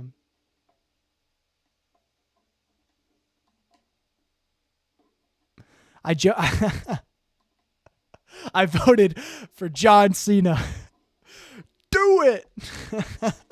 That's right, bro. He's just like John Cena. He's the guy to just do it. Just do it, man. Just do it. I love it. I love it. All right. It looks like John's going to be the winner here. Just do it. Boom. Okay. John is our first semifinalist. First to make it to the semifinals. So, all right. Up next, we got Mary Magdalene versus Andrew, the brother of Peter. Now, reminder, Mary Magdalene, she's got funds. She's the leader of the women's ministry. She's got charisma, right? She's probably a bit creative. Like most women back then had to do a lot of sewing and be a little bit more on the creative side. And if she had funds, she probably was a pretty successful like seamstress or something along those lines. I mean, I don't know what they were doing exactly, but something along those lines. She had to get her funds out some way, or she married well. But in either case, she is very charismatic versus Andrew, who he's going to do whatever it takes. He's going to do whatever it takes. He's going to work hard, and he's not going to take no for an answer. Oh my God. I totally blanked on that. You can't see me, John Cena. I'm stupid. Sorry about that, bro. Sorry. You can't see me now. I'm in shame. I'm ashamed. You can't see me. Sorry. I'm sorry. Forgive me, man. Forgive me. I'm sorry. Do you ever watch those like prank phone calls where they'd like prank phone call someone and then they would play the John Cena music dun, dun, dun, dun, and stuff. I don't know if you've ever seen those videos on YouTube. They're pretty funny. They're like way back in the early 2010s. All right. That's what I think we got. We got Andrew and Mary Magdalene. What do we got for the competition? Yeah, that's goated prank phone call for sure. Oh, all right. All right. Public speaking. So let's discuss. So we got Mary Magdalene. She got in her position because she's pretty smart, right? She's pretty smart. And, sorry, what'd you say? He retired. Did you hear about that? Oh, you're talking about John Cena? Yeah. Yeah, he retired.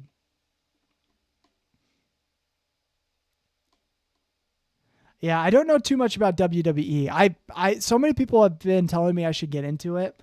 I probably should. Because it's so theatrical, you know what I mean? That's at least what I've heard. And some of the clips I've seen are like, God damn, that's insane. But yeah. Okay, so we got public speaking. That's the competition. Mary Magdalene, she's got connections, so she's got that charisma. She's good at convincing people of things. Versus Andrew. Okay, Andrew's going to be strong, but he was a follower of John the Baptist, okay? So that means he's probably a bit of a wild man. He's probably a little bit smelly. He's probably got flies on him. Now, he's willing to do whatever it takes, right? You know, if it took him to just like take off his shirt in front of a million people in order for people to get to listen to him, he would do it 100%. If he needed to wrestle a pig, he'd do it. You know, whatever it takes, he'd do it. So, but we're talking about public speaking and probably a bit of decency and convincing people of things. So do you think a wild man who's just like whatever it takes versus Mary Magdalene, who's a great leader and has a lot of strong connections and a lot of charisma, who's going to be the better public speaker? That's what we got. And because she won the rap competition, we can go Little M. She could probably start the public speech with a little bit of rap. You know what I mean? So. Oh, wait. Did we already do this? No, we didn't. Hold up. Did we already do this? No, that's right. The other one was okay. Sorry, I had to I had to think about that. So we got Lil M, Mary Magdalene, and last time I called him Andy. Good old Andy. Time to vote. Vote is out. Go vote. Who wins this? In a public speaking competition, who's more persuasive? Who's the better at captivating an audience? Is it Mary Magdalene or Andrew, the brother of Jesus? What do we got? Go and vote. All right, we got to vote. Little M. Bro, I think she's going to start that speech with some bars. You know what I mean? She's going to start it with some good bars. Maybe a bit of a roast. But also, she's going to know how to tell a joke to calm people down and then say something super sentimental and serious and to the heart. She just knows that psychology, you know what I mean? But Andrew, I mean, hey, maybe what Andrew does is he, instead of just doing a pure public speech, he does something crazy to get people's attention and then says his message. You know what I mean? So I could see him potentially winning this, but I think he's the underdog.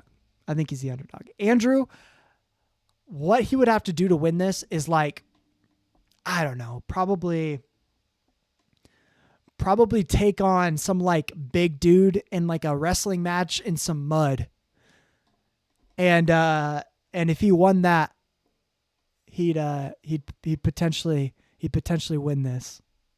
Or, oh, hey, this is what he does. He gets Judas to shoot his bow and arrow at that cartoon bull that you were mentioning earlier. And the bull chases him around. And then he gets on and rides the bull. That's what he'd do. In order to just get people's attention. And then he'd do his speech.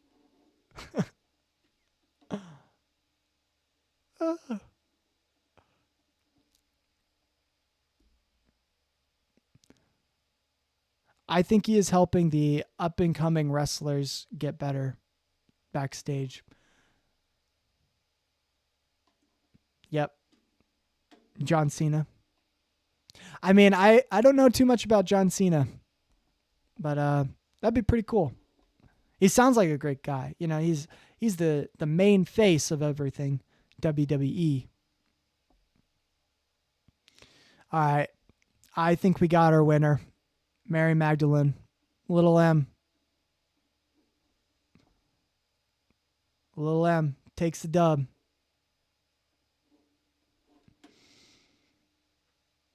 I guess it was 2-0. All right, up next we got Paul. Now the next competition is Paul versus James, son of Zebedee. Guys, I don't need to introduce Paul to you. You guys know who he is. He's adventurous. He's well-traveled. He's super smart. Knows everything about Torah and Jewish history. He knows how to connect with people. He knows how to public speak. He knows how to build tents. I mean, bro is talented. There ain't nothing that he can't figure out. Now that's versus James, son of Zebedee. Now James, son of Zebedee, I didn't mention this before, but James and John, they're brothers, and Jesus calls them the sons of thunder, which to me probably means they're a little hot-headed. They're a little bit, they got passion. They got a lot of passion. So James, son of Zebedee, he's got passion at least, and he's athletic. So that's what he's got for him. He's got fishing, he's athletic, and he's got passion. That's what he's got. Whereas Paul, he's pretty athletic, I'm sure, because he's traveling all over the place. You got to be in pretty good shape for that. Paul's adventurous. He's been through a lot of shit. He's been through so many, boat crashes. He's been in prison, And bro just does not stop. He's also got passion. Bro does not stop. He preaches in prison, and every single person becomes a Christian because of his preaching. Bro is just dynamic. So we got a dynamic person versus another dynamic person. This is the dynamic duo. What's the competition? What do we got?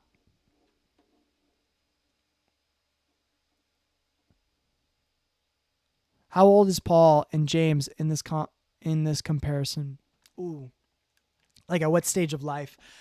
Let's say in their prime, right? So Paul in his prime would have been probably about the age when he started his ministry. That would probably be around when he was in his prime. And then James, I'm thinking James shortly after Jesus died. Because James dies is pretty early, right? James he doesn't live very long. Whereas Paul lives a full life. So that's what we got. Oh, okay. Okay. So the competition is cooking. That's actually really interesting. I think this is going to be really close.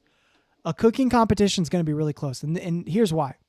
Because first off, James is a fisherman. He knows how to cook a fish. He knows how to prepare it. He knows how to cut it. He knows how to cook it up, and he knows how to present it. Bro knows what he's doing when it comes to fishing. So that's what he's cooking up. That's what he's doing. Whereas Paul, Paul's a pretty smart guy.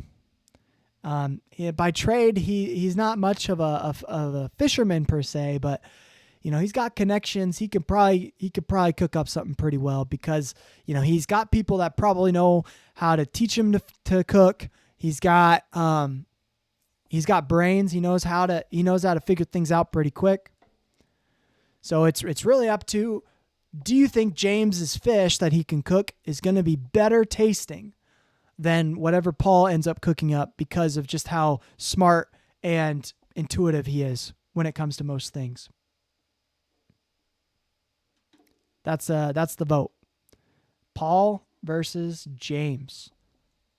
Who wins this one? Vote is out. Honestly, a cooking competition, if I'm being honest, I think James wins this one. If I'm being honest, I think James wins this one. And it's because he's a fisherman, And it's crazy that we got James, son of Zebedee, 2 rounds he won because of being a fisherman. That's why. He won round 1 because he's a fisherman and the competition was fishing. And round 2 he's winning because the competition is cooking and he can cook a goddamn good fish. Bro is just like, he's getting all the good competitions. Man, it's kind of unfair. Honestly, I feel like Paul wins this one in any other competition besides this one. But James, honestly, he's got that luck. He's got that lucky edge to him. He's got that lucky edge. Fisherman doesn't mean they know how to cook. Trust me. Okay, that's fair. Honestly, that's fair. Fisherman does not mean he knows how to cook. It just means he knows how to prepare a fish for cooking. He knows how to catch it. He knows how to to gut it, and maybe even cut it if he's a butcher, but not necessarily cut it. But I think in olden days, they would have butchered it too. Paul is an open-minded fella. He could figure it out. Okay. You know what? You're convincing me. Currently, it's 1-1. And just because you said that, I think I'm gonna cast my vote for Paul. You convinced me. I really was thinking because he's a fisherman, he could cook. But you're right. Fishermen don't necessarily know how to cook. But Paul, he's a smart guy. He's got connections. He could probably figure it out. I like it. I think I'm gonna end the poll there. I think we got Paul. I think he's the winner. Okay, so in our semifinals, we got John, our number 1 seed overall. We got Mary Magdalene. She's a bit of an upset, number 4. And then we got Paul. I already said Paul. But John, Mary Magdalene, and Paul. Who's going to be our last of the semifinalists? Here we go. 2 people. Okay, these 2 upset the person in order to get where they're at. These 2 are fighting hard to get where they're at. Thaddeus Judas, he beat Peter, bro. He does not, he's not going to stand down to number 1 apostle. Everyone thought that Peter's going to win this thing. He's the most popular disciple. Hell no.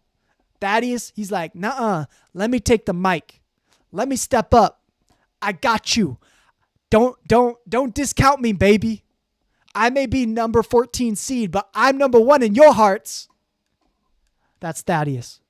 And he's got a bit of a sensitive side. Like last time he won because he put together the best floral arrangement. Now, we got to talk about Judas. Judas v. Judas. Dude, I didn't even think about that. You're right. Judas v. Judas. Okay, let's talk about Judas Iscariot. Judas got here because he's smart, okay? He got here because he's smart and because he's willing to cheat, okay? He was the major underdog in that last match, but bro pulled out his mechanics. He pulled out a way that he knew how to win. Cheaters always win in his books. So Thaddeus, he's sensitive. He's got a big heart, but he ain't going to cheat. Judas Iscariot, bro's going to cheat and not even question it. Not even a question. Bro is going to do what it takes to win this thing. That's what we got. Thaddeus versus Judas. What's the competition? Let's see it.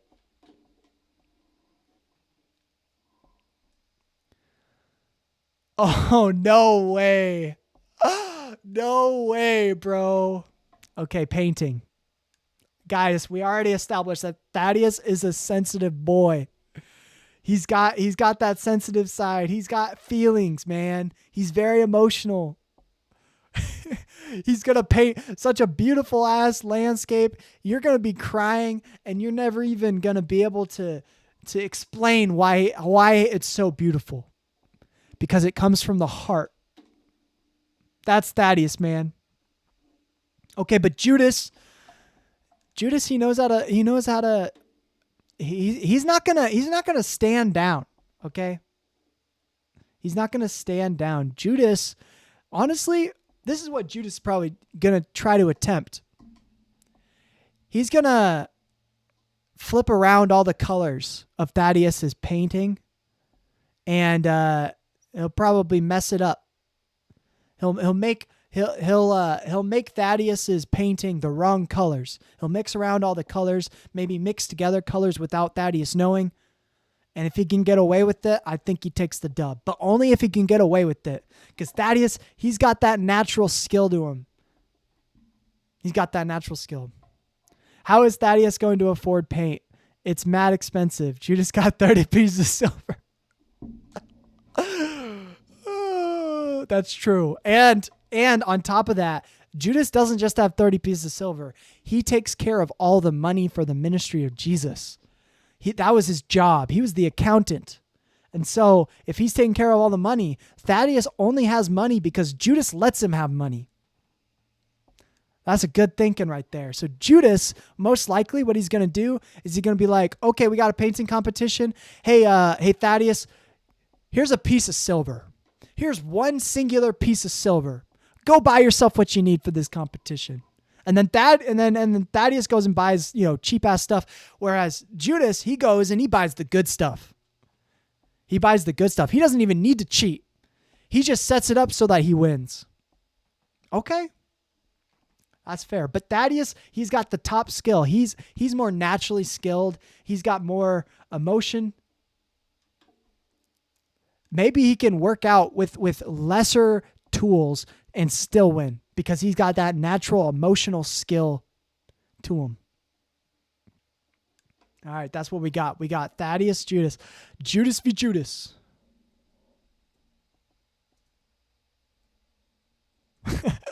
Should I put it as Judas and Judas? And then you won't know which Judas is what.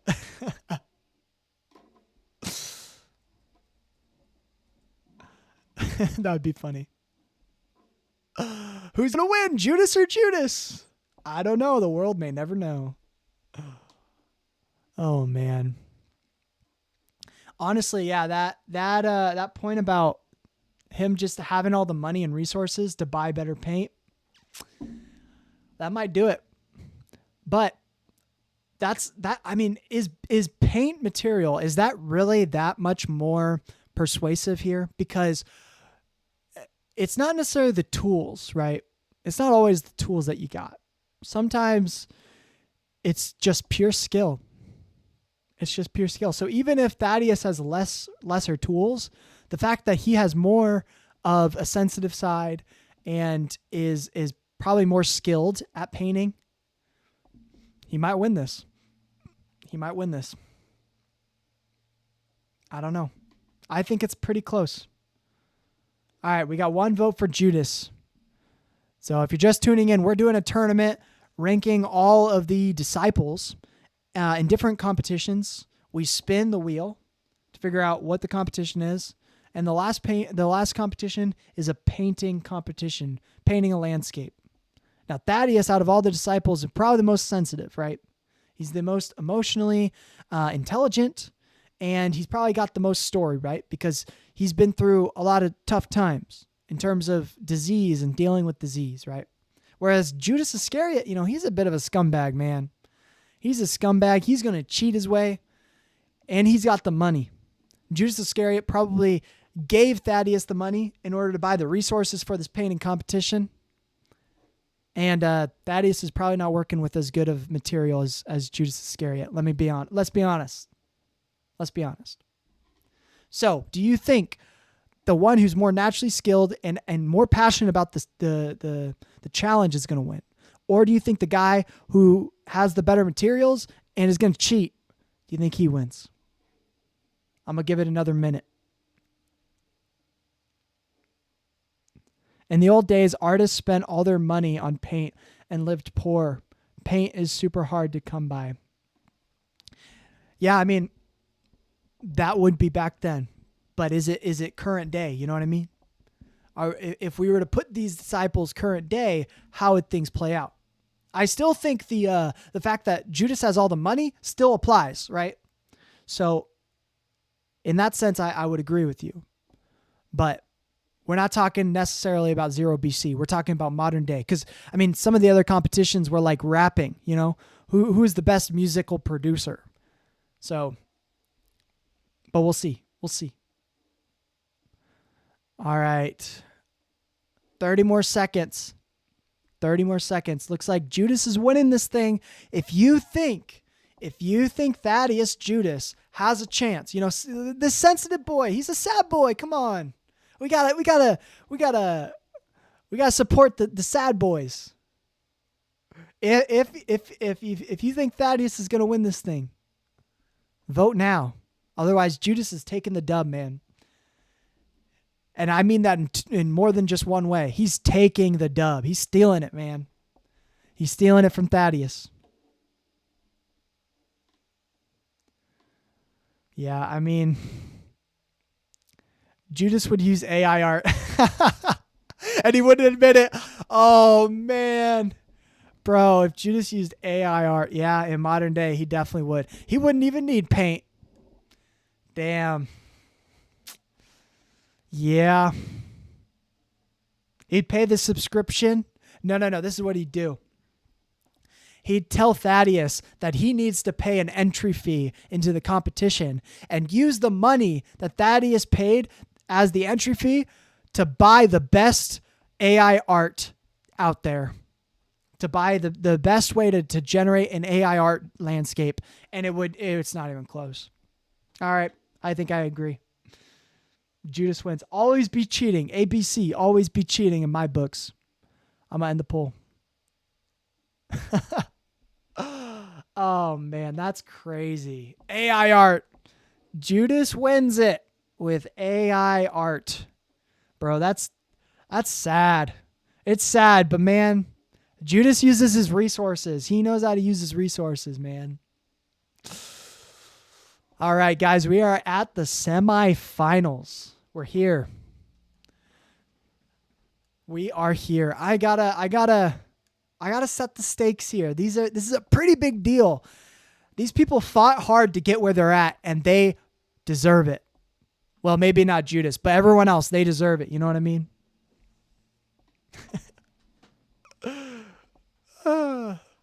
Well, microwave coffee. Maybe you think Judas deserves it.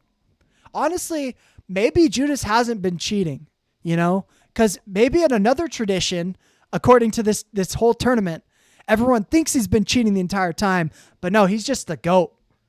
And he's willing to take on all the accusations in order to win. Maybe. We'll see. Semifinalists, we got John. He's our number 1 seed. You know, he's a jack of all traits, right? John, he's smart. He knows multiple languages. He's a good writer. He's athletic. He's really fast. He beat Peter to the tomb. Also, I didn't mention this. John survived death. He survived being poisoned by the Romans. Bro is a beast. He had visions and saw the future. John is not someone to take lightly. He's number 1 for a reason, man. And he's a fisherman. He's got passion. He's one of the sons of thunder. Bro's got it. That's why he's number 1. That's why he's here. Everyone knows he's number 1. And it's going to take a good competition for him to be upset. But who's he facing? Who's he facing? He's facing Mary freaking Magdalene. Mary freaking Magdalene. She is a beast of her own. She's not number 1. Okay, she's not number 1 seed. But some say she's not number 1 because she's a woman. And this is 0 BC, man. It's sexist. But she's overcome the odds, and she's number 4 seed. She's overcome the odds. She's got resources. She's got connections. She's smart. She's probably charismatic. That's what's got her here, man. She's charismatic, and she's smart, and she's good at talking to people. She's good at public speaking. She's got money. That's Mary Magdalene. Number 4. All right, number 2 seed overall in our another competition is Paul. Now, Paul, not surprising. Just like John, he's a beast. He's an adventurer. He won the cooking competition, and bro just uses his resources. He just figures things out. He's charismatic. He's a jack of all trades as well. I think a competition between John and Paul, it's a toss-up. But that's Paul. I don't even need to talk too much about him because you know who he is. Last up in the semifinalists, who would have thought? Who would have thought? It's frickin' Judas Iscariot. Fuck, dude. That's insane. Judas Iscariot. Bro's been, supposedly, he's been cheating his way the entire way, and he does not give a fuck. He does not care. He's going to cheat his way all the way to victory, to that W. All that matters is that W, man. That's all that matters. That gold, that golden cup. And he's not afraid to do whatever it takes. Those are our finalists. All right, round 1 of the semifinalists. Fight. What do we got? John versus Mary Magdalene. Here we go. What's the competition going to be? Oh, that's interesting. Okay. Juggler. Out of John and Mary Magdalene, who do you think is going to be the better juggler? Okay, so juggling is going to be a little bit about your coordination, right? So whoever out of these two do you think is a little bit more coordinated? Now, we know that Mary Magdalene's got resources. She could probably get some lessons in juggling.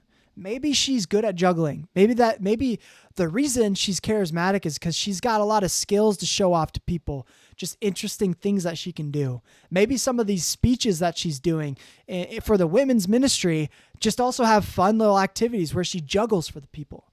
Who knows? Maybe she's just got that talent. So that's Mary. John, though, on the other hand, he's just naturally coordinated. Even if he wasn't a juggler, even if he didn't already have that skill, he could probably figure it out and figure it out pretty quick. So that's John. Mary Magdalene versus the Apostle John. Who do you guys think wins? Let's put it out. Let's put out the poll.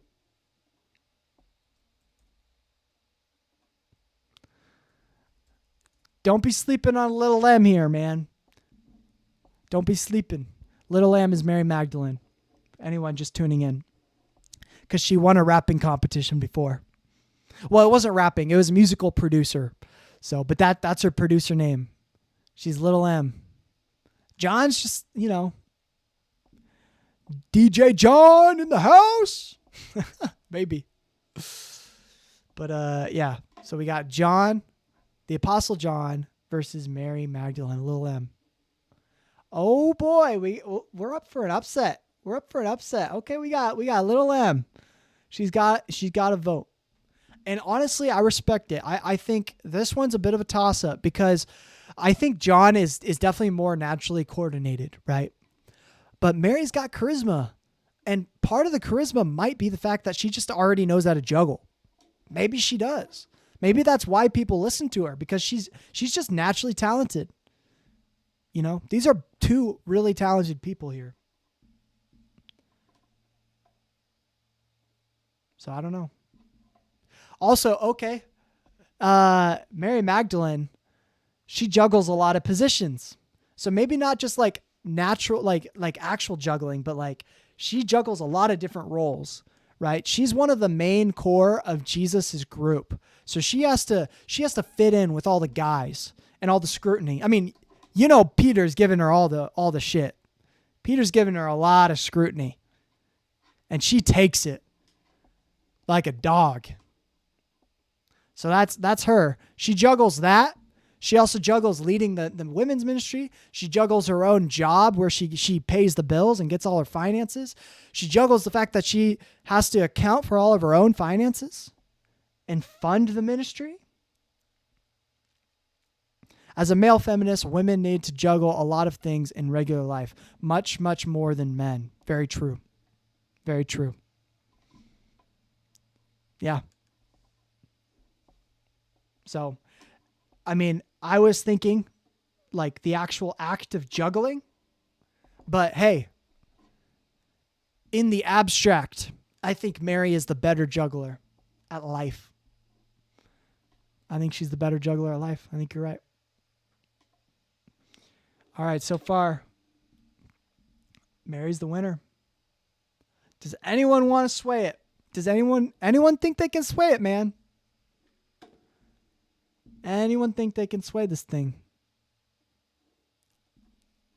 I'm going to give it another 30 seconds.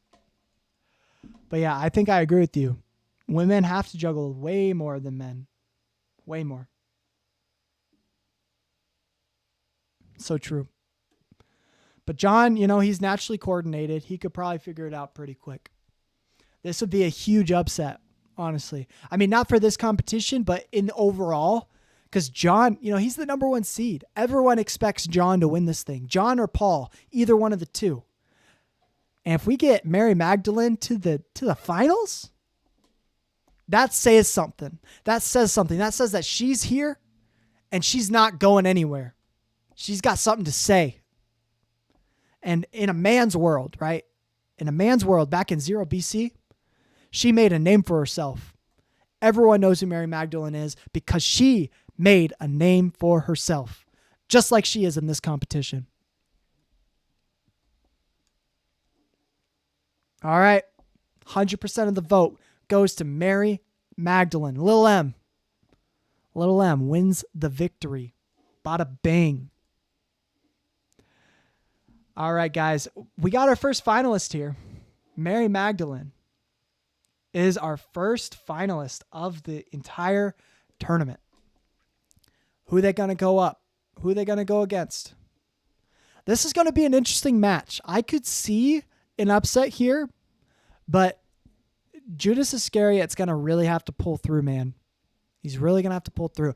If it's something that Paul is just absolutely going to destroy Judas at, which there are a few things, like, for instance, Torah trivia. If we get Torah trivia, there ain't no way Judas Iscariot can cheat his way through, because even if Judas cheated on every single answer, Paul is going to get every answer correct 100%. So it's just going to keep tying until Judas somehow slips up with using ChatGPT or gets caught using ChatGPT or something. So if it's Torah trivia, automatic dub. Ain't no way. Paul takes the dub. But other things, I think Judas Iscariot might have the edge just because he's willing to cheat. Maybe. We'll see. Paul's a very talented guy. We'll see. We got Paul v. Judas Iscariot. The day has gone by fast for me. No way, bro. I literally called it. The competition is Torah trivia. Bro. Ain't no contest, man. Judas Iscariot is going to try and cheat, and he's going to literally get maybe like 1,000 answers in a row correct, but Paul's also just going to get 1,000 answers correct because he just knows the Torah that well. Whereas Judas Iscariot's using ChatGPT the entire time. And by the end of that competition, he's going to get caught. Yeah, nah, bro. Judas is cooked. You're right.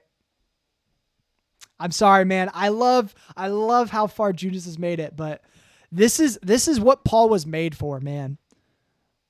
Like, Paul was made for this.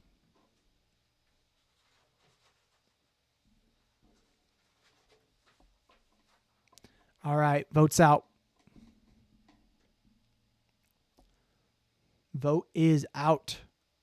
So I do have not too much time left before I got to get going, but serves him right. Yeah, bro, he's been cheating this whole, like, we find out, like, where the entire competition, this is how I imagine it. The entire competition, we're kind of wondering, bro, how is Judas winning these matches? It's like, is he cheating? We can't figure it out. We can't figure out whether he's cheating or not. But he keeps winning, so we're like, okay, we'll let him win. We'll let him win. And then finally, he meets his match just because Paul is just that much better than him. And eventually he gets caught cheating and he's out of there. That's what happens. That's what happens here.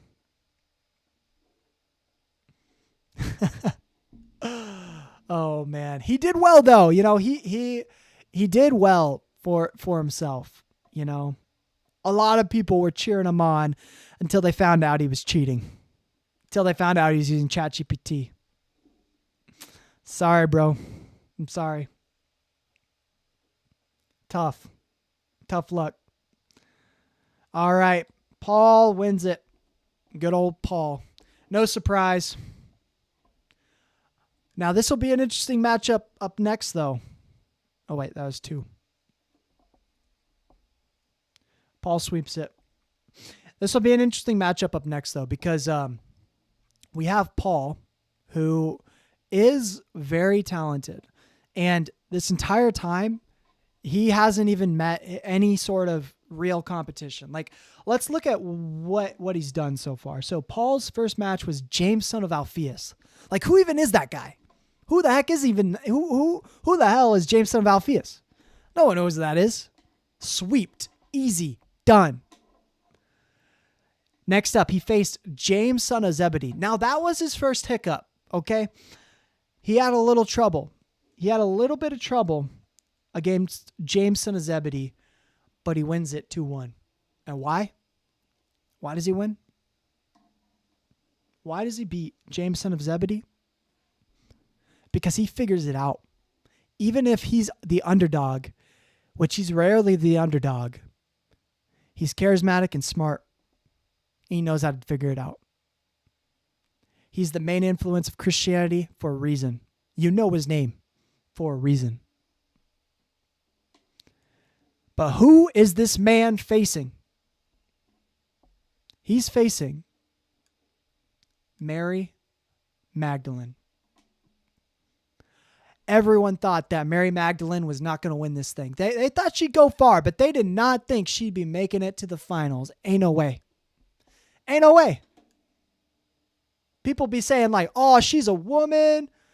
Boo. And she'd be like, say all you want. Speak up. I can't hear you.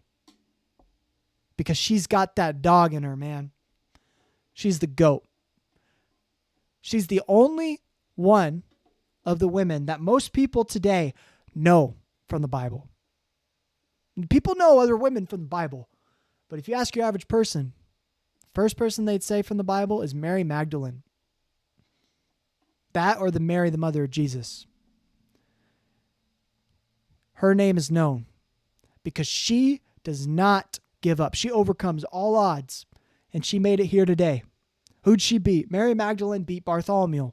Not too much of a competition. But second up, she beats Andrew, who's the brother of Peter. That's a tough competition. But she beat him. She did it. She, against all odds, she wins.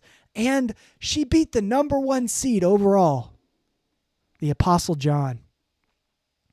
Don't you dare underestimate little M. She's a beast. And through this competition, everyone's realizing exactly why she's here. She is meant to be here. She did it for herself. All right. Let's see. What's the competition? Let's see it. Oh, boy. Oh.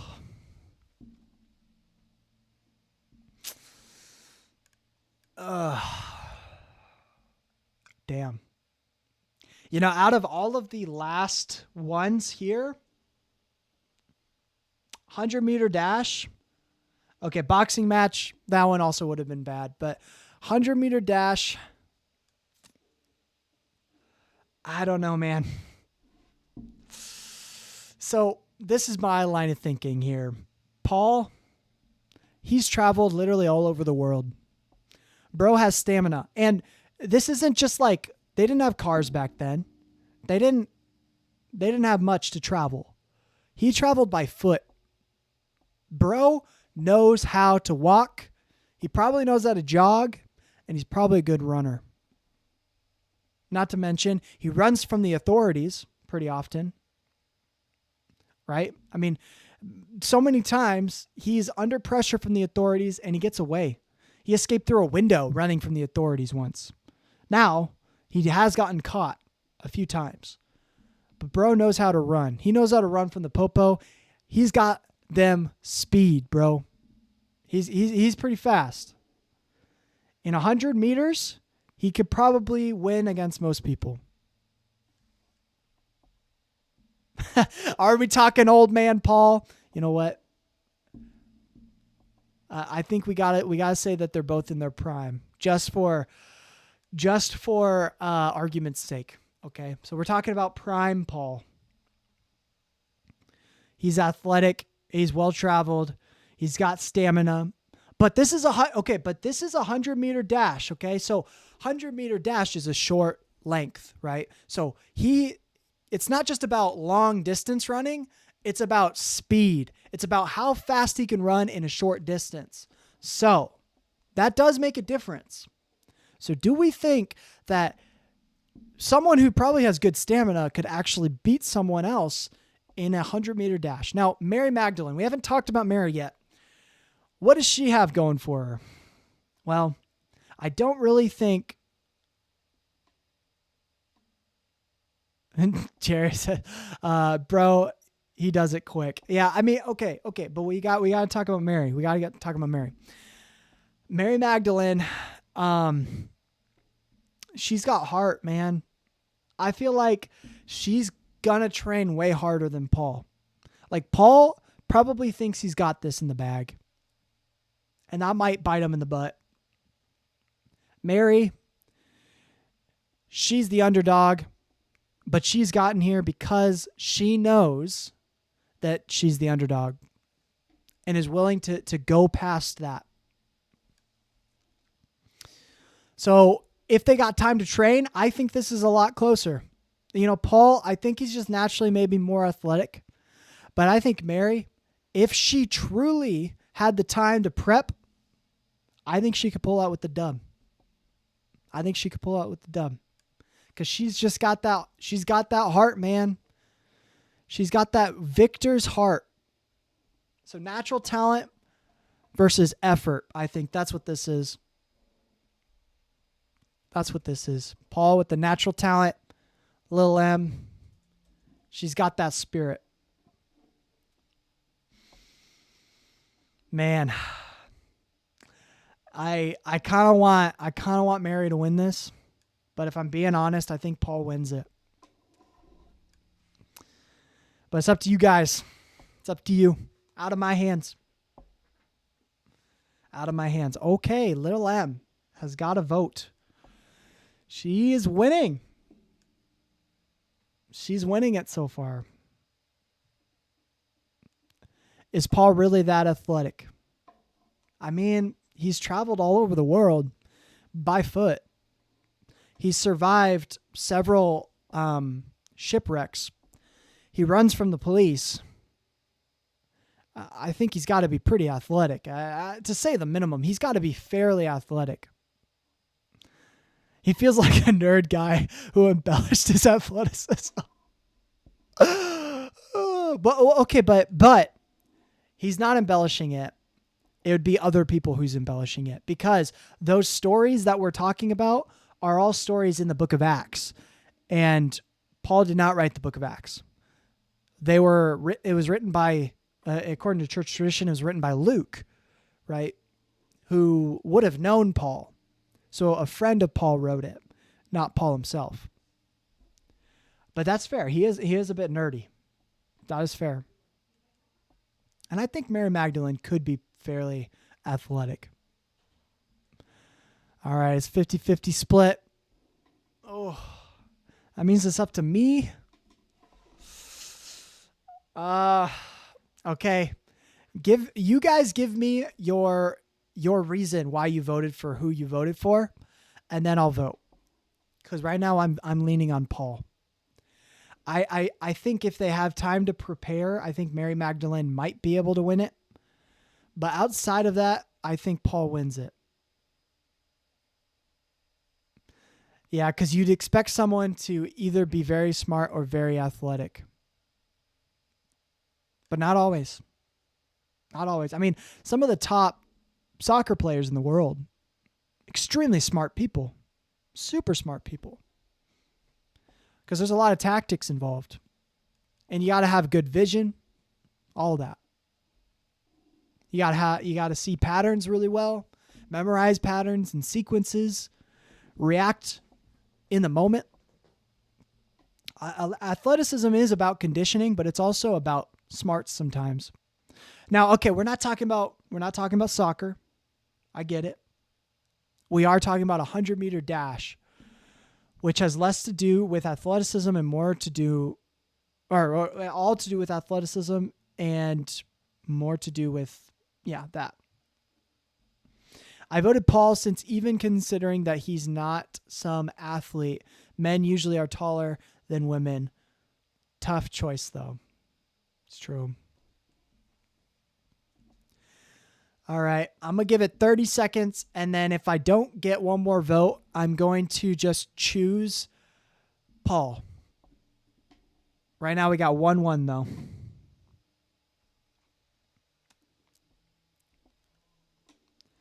Yeah, I got to get going here soon. So this is the last bit.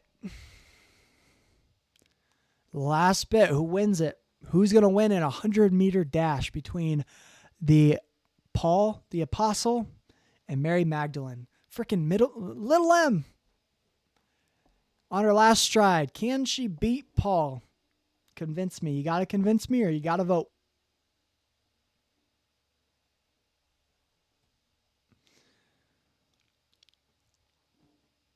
All right.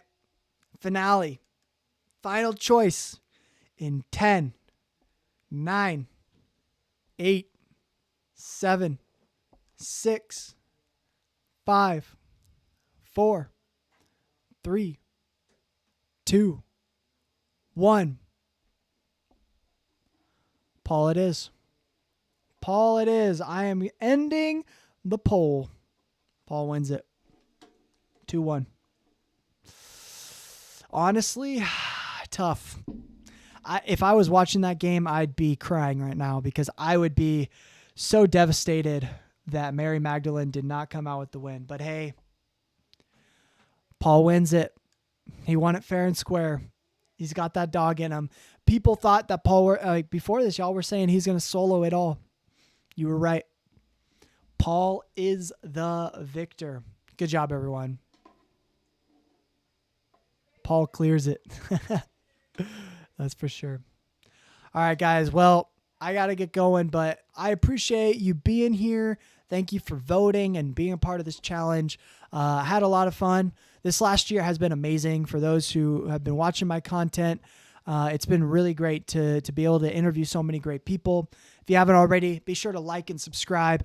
Follow the channel. Again, I do live streams every Thursday night at 7:30 Central Standard Time, so be sure to join for those. And if you want to watch some of my content, I interview scholars on the intersection of science, religion, and philosophy. So I actually got a video coming out with on the Gospel of Thomas here soon, and then I'll have a follow-up video on the Shroud of Turin, part 2 for the Shroud of Turin as well. So that's what I got coming up. All right. Yep. I'll talk to you later. Bye, guys. Hope you had a wonderful rest of your day. Bye now.